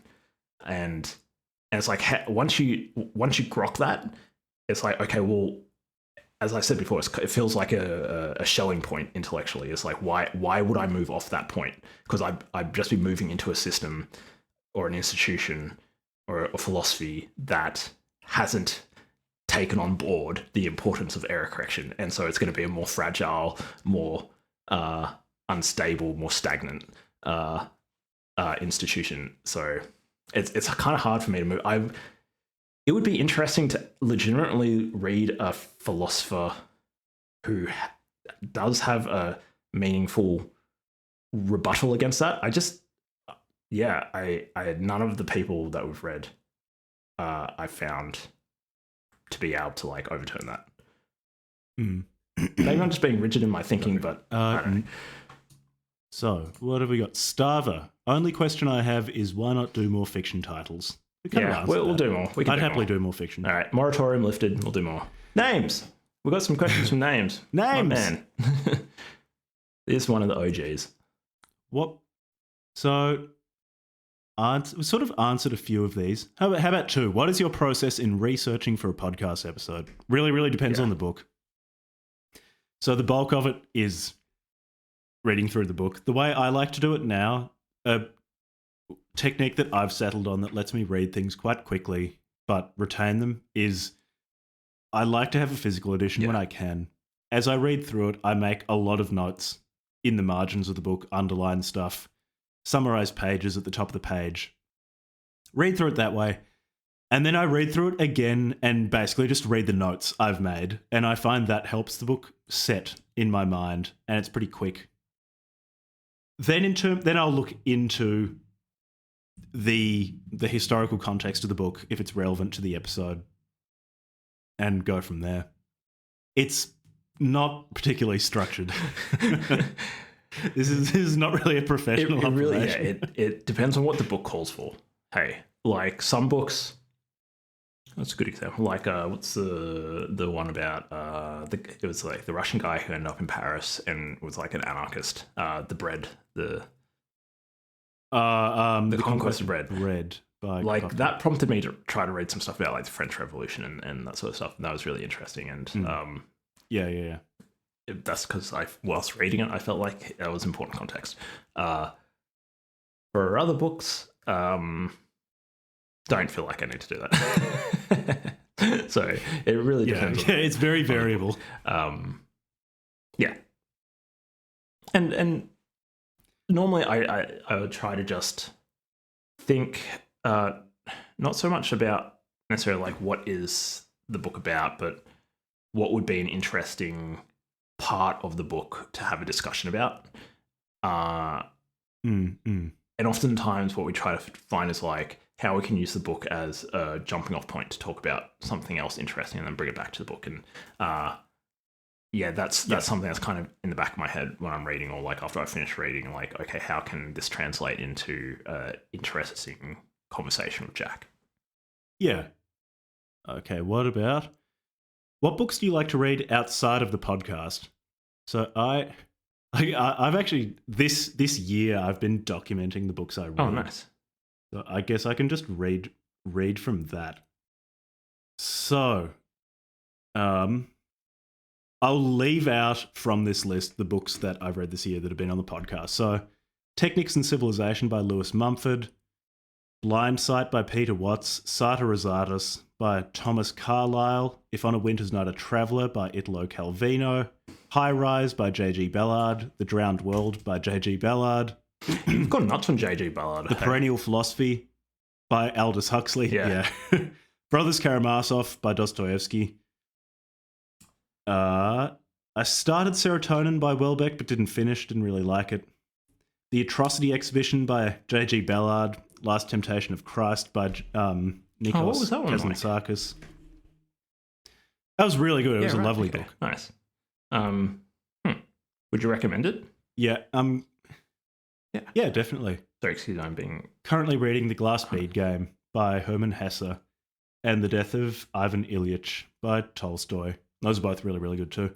So I read a lot more fiction outside of the podcast. Yeah, I think, okay, I can hear what the listeners are saying. I hear you guys, and I just know that, like, let's ramp up the fiction. I feel like I'm ready to, like, go back into the fiction stuff a bit more. But yeah, I think it'll be good. There's that, but I want to do a lot of wacky stuff. So someone, I think it was Phoebe, recently recommended a book on Discord that claims the A440 tuning is a conspiracy to mind control the human race. So I do want to keep covering stuff like that. Things that are so frivolous that I would just not read them outside the podcast. But I'm kind of interested to see how A440 is a demonic plot. Yeah, that's a good one. Should I answer this question as well? What books do you like to read outside the podcast? I kind of... So you kind of answered I'll do a little bit more of a Jack thing. I've got a bunch of marketing books here, and the thing is, like, when it comes to software engineering, just if you come from an engineering background, a very easy mistake to fall into is that the technical stuff is all that matters, and there's definitely places for that in industry. You know, like even in like some larger companies, like probably companies like AWS and stuff, they'll often have like two tracks, like an engineering management track and essentially a I can't remember what the term is, but it's just like you're just like a technical engineer, like you just get to pursue mastery in the technical aspect of things. And there's definitely a place for that, you know, like we need really good engineers to like manage large scale infrastructure and just be unbelievably good at that and not worry about managing other people, you know.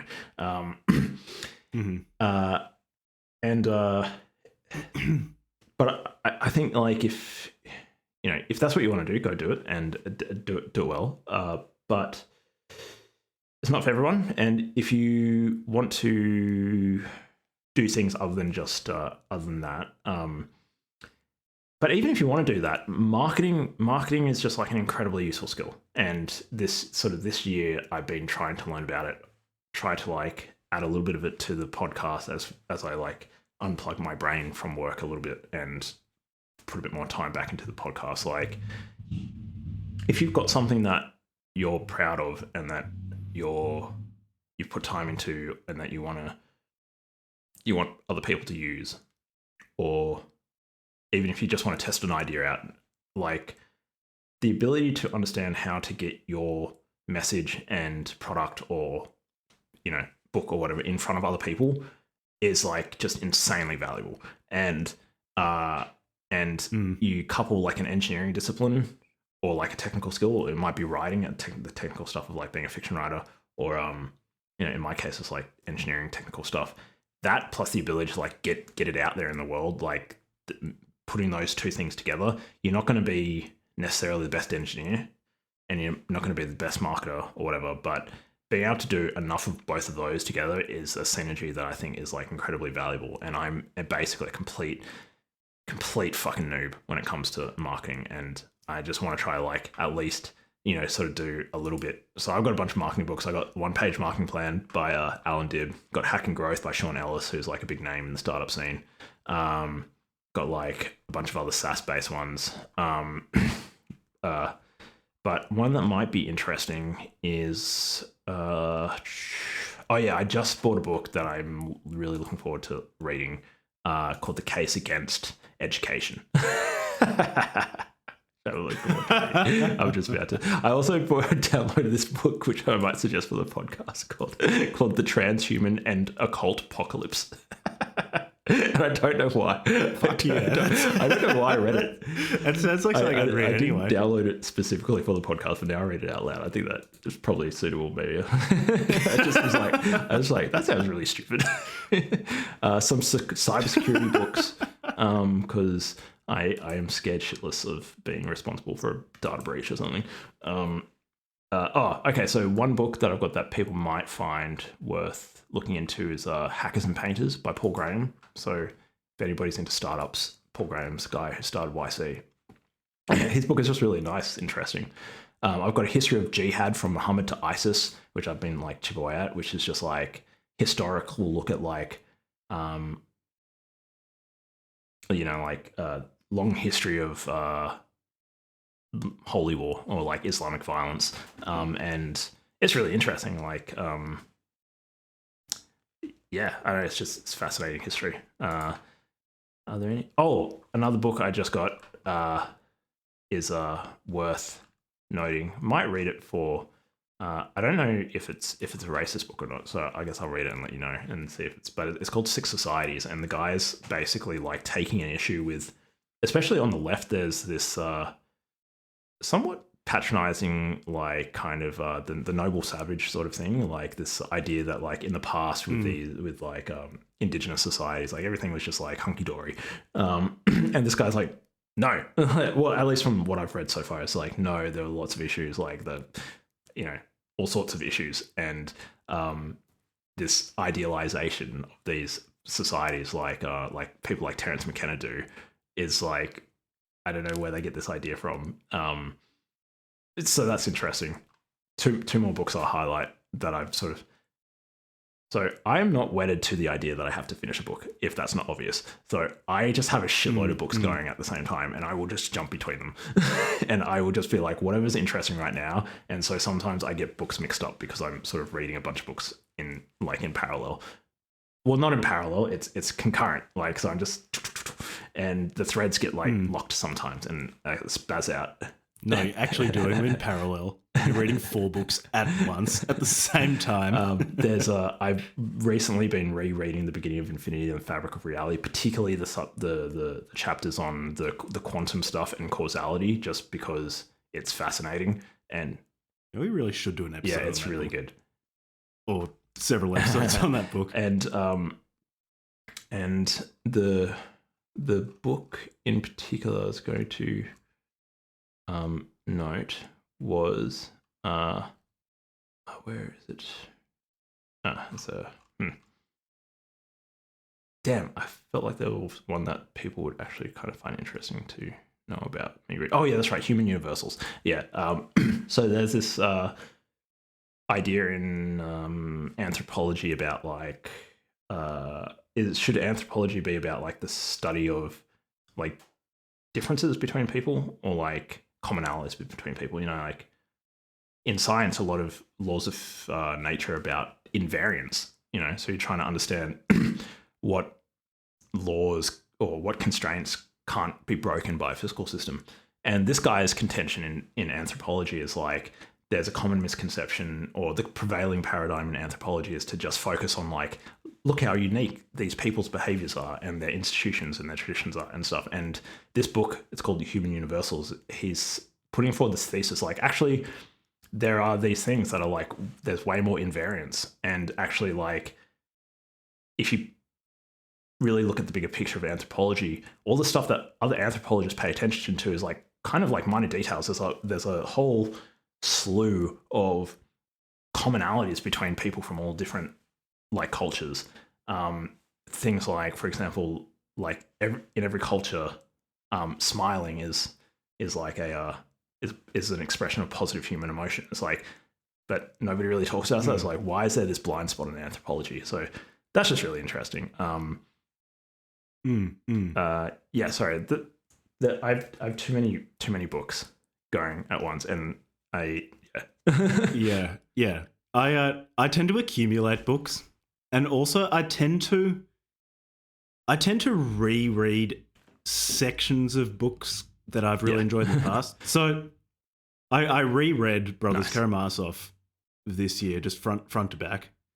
But I dip in and out of other things. So I've been dipping in and out of Ethics by Spinoza, which I read the whole thing quite a while ago, but dipping in and out of it now because I find it's a really interesting project. And the Nicomachean Ethics by Aristotle, I'm dipping in and out of, but I haven't read through this year. Although I might end up just going through the whole thing and studying it properly. And that it's just constantly ordering new books, which I'll eventually read. Bad. I just can't help myself. Yeah. I don't know.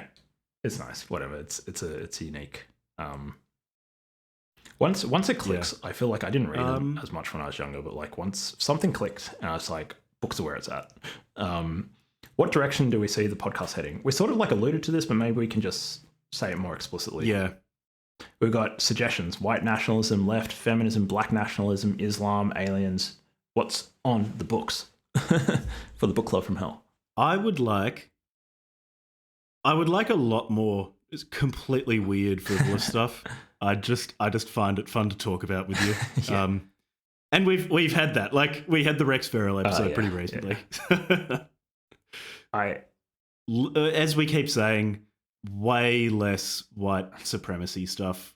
We've just beaten that dead horse. I want to read a bit more transhumanism.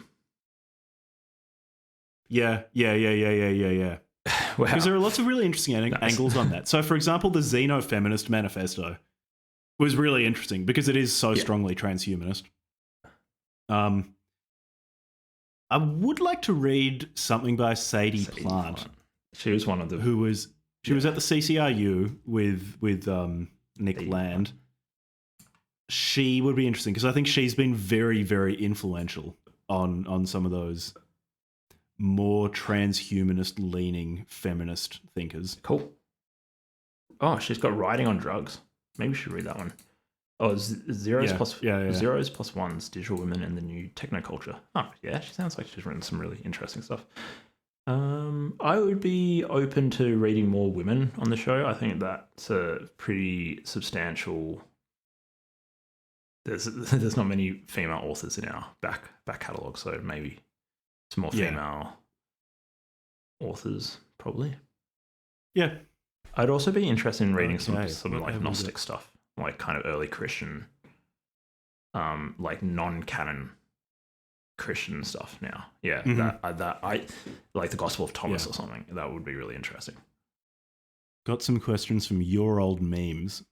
Is there an episode that you wish you could go back and delete or otherwise change after coming so far as a podcast? Yeah, we've kind of answered this, but for me, the Dugan episode, I didn't do a good job on that at all. I'll leave it up. Apart from anything else, just as a reminder to me to try to be fair to all the books we cover. And the Revelation episode, actually. I think we just kind of made fun of like people's sincerely held beliefs without offering anything meaningful. I'm really not. I actually, that's the one I would say as well. Yeah, for sure. Because we just And I leave it up more as a reminder, again, to myself to just do better, because I'd Yeah, just in fact, I'd be open to redoing Revelations because that episode. I don't mind like making jokes in the episode and stuff, but like that episode we just cooked it a little bit too hard, I think. Yeah. Favorite episode, I think we've done. Going forward, do you plan on broadening the scope of the podcast further, like has been done throughout the run of the late 99 series, 99 episodes, the run of the last 99 episodes? I mean, it'll keep drifting to reflect what both of us find interesting. Yeah, you are seeing in real time Jack and Levi's like interests and stuff evolve. Like if all of a sudden Levi starts becoming like interested in like the transcendental or something like that, or like spirituality, then we will Levi start reading stuff like that. Strong taste for white literature. Yeah, because like I mean, I guess it would have been interesting if we had started this like 5 years ago or something, because you would have seen me during the period of time where I was like really into like Buddhism and sort of like what would you call it? Like not tantra, it's just like kind of philosophy from kind of India and that sort of thing. And if we'd started even earlier, you would have come across me during my time when I was just like really into like drug law reform, and like I mean I have a bunch of gripes with the drug war, and lots of really interesting books around that. And you guys miss that. So you guys are just here for the ride. Really. Yeah, so it will keep drifting as we get interested in various things and lose interest in others. Also, structurally, we do want to do more episodes, like we said earlier. More interviews, like we said earlier. So interviews with people who are writing interesting things about their own books. Already talking to a few people to see if we can get them on. Talking to people doing interesting things about books that they find interesting and think are underappreciated. Talking to some people who are podcasting that will hopefully get on the show. Really looking forward to that. So yeah, it'll be gradual change based on what we'll still try to keep it weird though. Like we're not just gonna start reading like. Well, yeah, it's not going to go away from that. That's the one. Apart from anything else, like I think that's a deep enough part of both of our personalities that it's just not going to change. I think unfortunately that's like unprompted without thinking that I would suggest it for the book club from hell. I downloaded a book about transhumanism and the occult. So we're not going to start reading like Sally Rooney or any of that sort of crap, you know, like it would be pretty funny to do like what is it, Eat Pray Love or something like that. That would be very funny to do, but I guess only funny within the context of how out of place it would be in with the rest of our the one exception to the Sally Rooney thing is like just to make Ed suffer. It would be funny to get him on to do an episode on normal people. The thing with Ed is he's not bored enough to the podcast. Like he'll just not do it. He just won't read it. Finally, he'll just flat out refuse. Might be able to get him to do normal people if we could just talk shit about it for an hour. Finally, and it's another gay question. No, that's a good one. We can read it.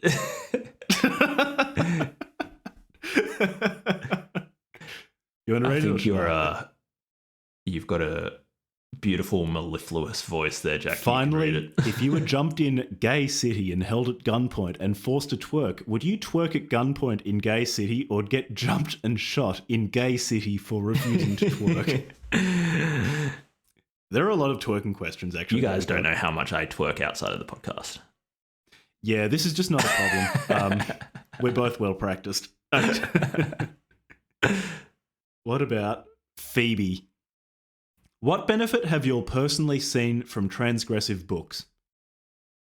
Yeah, this is interesting. So Phoebe's talked about the benefits of transgressive stuff on the Discord server, and very reasonably.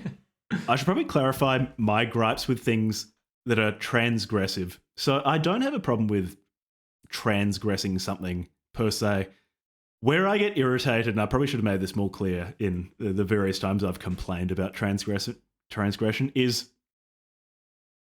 there's a particular thing that is called transgression, oftentimes on university campuses, where people will take things that were decided to be transgressive just in a different time and effectively a different culture at some point in the past, and will just repeatedly recycle the same notionally transgressive forms for social credit, basically. It's a prestige game of basically violating someone else's taboos, someone who poses no threat to you, and taboos which mean nothing to you, basically to impress your colleagues. And that's called transgression. I don't consider it to be actual transgression because you're risking nothing. You're not attacking any beliefs that you hold. It's basically status games for people at university. So when I complain about transgression, I'm complaining about that. In terms of the value that I see in transgressing things that are closer to you, in what I would consider to be more genuine transgression, I think a lot of the benefit is shaking you out of habit. So you have a habituated way of viewing the world in which you miss a lot of things. And true transgression, truly doing something that shocks you out of that habitual frame of reference, can be really valuable because it makes you see, it makes you pay attention again. And I think the value of true transgression often lies in that, in differing perspectives, either your own or someone else's. Yeah, that's a good one. I think for me also sort of building on that is becoming more mindful of how would I put this? Not taking for granted that your particular cultural frame of reference is somehow the way things have to be. And you know, like for example, like with taboos, for example, like you might not clock that something in your culture is a taboo until it gets transgressed, and then engaging with transgressive stuff can like help you be more proactive in your thinking about like, okay, well, like what things are taboos that I have been enculturated with that I just take for granted, but maybe like you know, I can't really think of like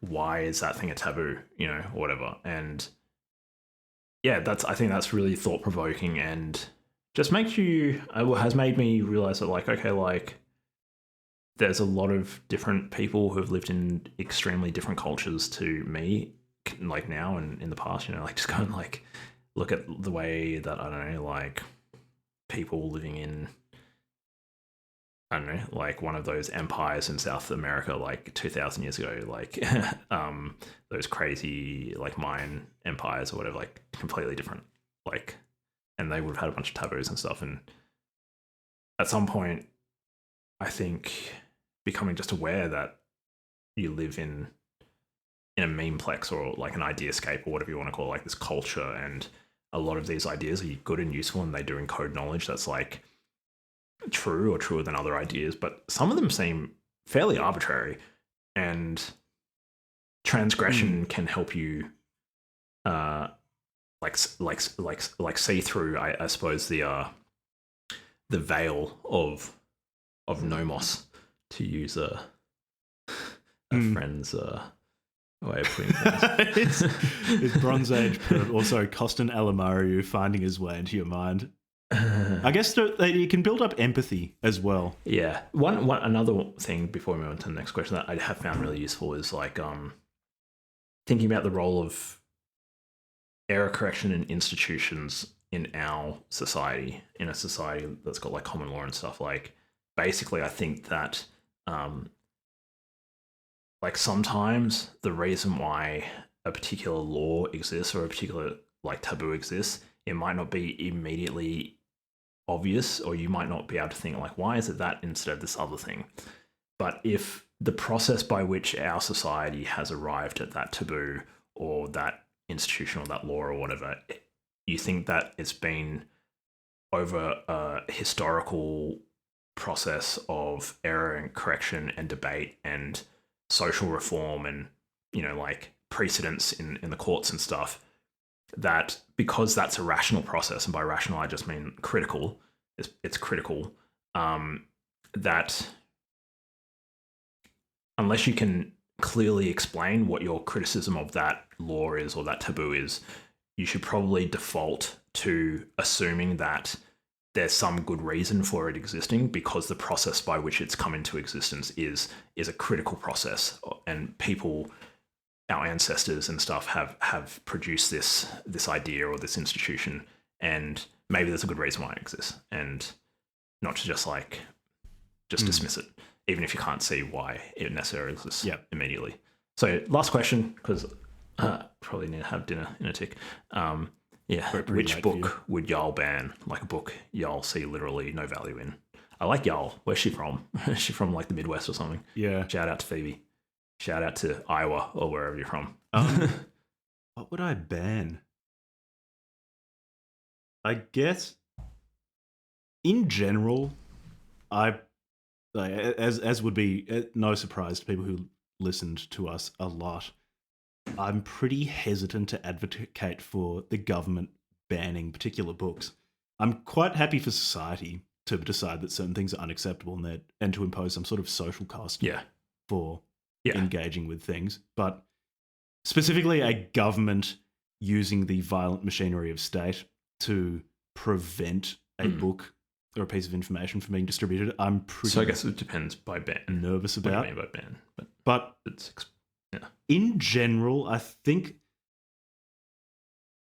things that concretely organize violence, I'm more comfortable with being banned. And when I say concretely organize violence, I don't mean abstractly. Even saying something like it would be great to violently overthrow. Yeah, like the Turner Diaries wouldn't necessarily. When I say concretely, I mean saying because it's fictional.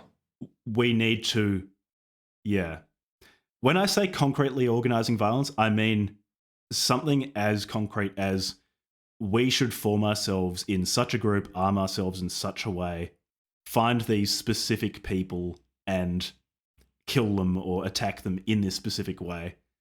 Like when it gets to really, really clear incitement to violence, then I think, this probably should be banned. I also think there is give in a system of banning, which I think can actually be useful. So, for example, something like the Anarchist Cookbook, which details how to make a bunch of weapons, things like that, but which can be easily accessed in Minecraft on the internet.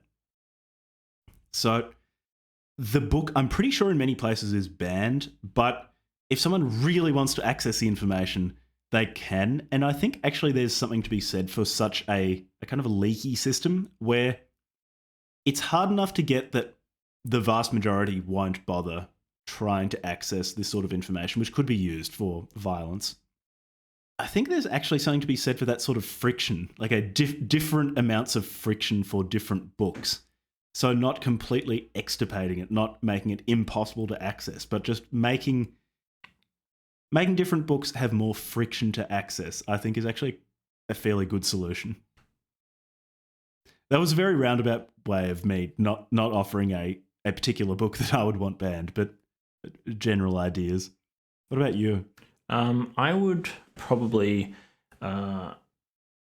so probably the only one that, like, even violence, like, I don't like books that advocate violence and that sort of stuff, but probably would prefer, like, to have a lighter touch, and unless it's, as Jack said, like, really, like, it's going in and it's, like, very explicitly, like, let's attack this group of people, let's attack this person.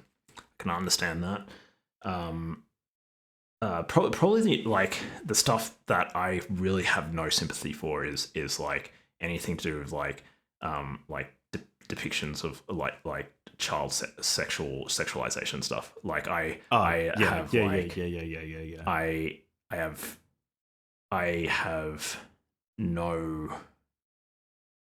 have no sympathy for that stuff, and I totally forgot about to say that. Yes, I'm very comfortable and with I have no sympathy for the people who like engage in that stuff and the distribution of it, and like as many of the criticisms I've got of like the state and that all that sort of stuff, which I've said a number of times on the podcast, like if there's one good thing that you can point at, like the state's doing, it's all that stuff. So like is like like enforcing the prohibition on that stuff and shutting down that market. But like violence and that stuff, probably the only two. Like anything that's like ideological or whatever, I don't necessarily think that's like it's necessarily good to try to shut down idea spreading like that, like political ideas and that sort of stuff, even if I strongly disagree with them. I guess because we've done the show, I've been thinking about this stuff a lot, and the violence and that sort of contraband are probably the only two things that really come to mind. There might be something else, but yeah, I'm not sure. That's the end of the questions from the Discord. Probably coming up to the end of the episode as well. This is definitely an episode for long-time listeners. If people haven't been listening to us for a while, I'm not sure how much they'd get out of this. But big shout out to you if you're still listening. I need to. I want to give a shout out. Thanks, I need to go. This has been an extremely long episode. Thank you everybody for listening. Yeah, there's been longer than we have a anticipated. person trying to deliver me food right now, and I mistimed that. So tell them to get bring them on the episode. Here. No, we can ask them what their views are in terms of book banning and transgression. All right. Thank you for listening. Okay, so life is intervening for Levi. Thank you for listening. All right. Thanks for listening. Shout out to everybody on the Discord, especially shout out to the OGs. And thanks for listening. The OGs and the people on Patreon. 100 episodes. Thanks for listening. See you next time.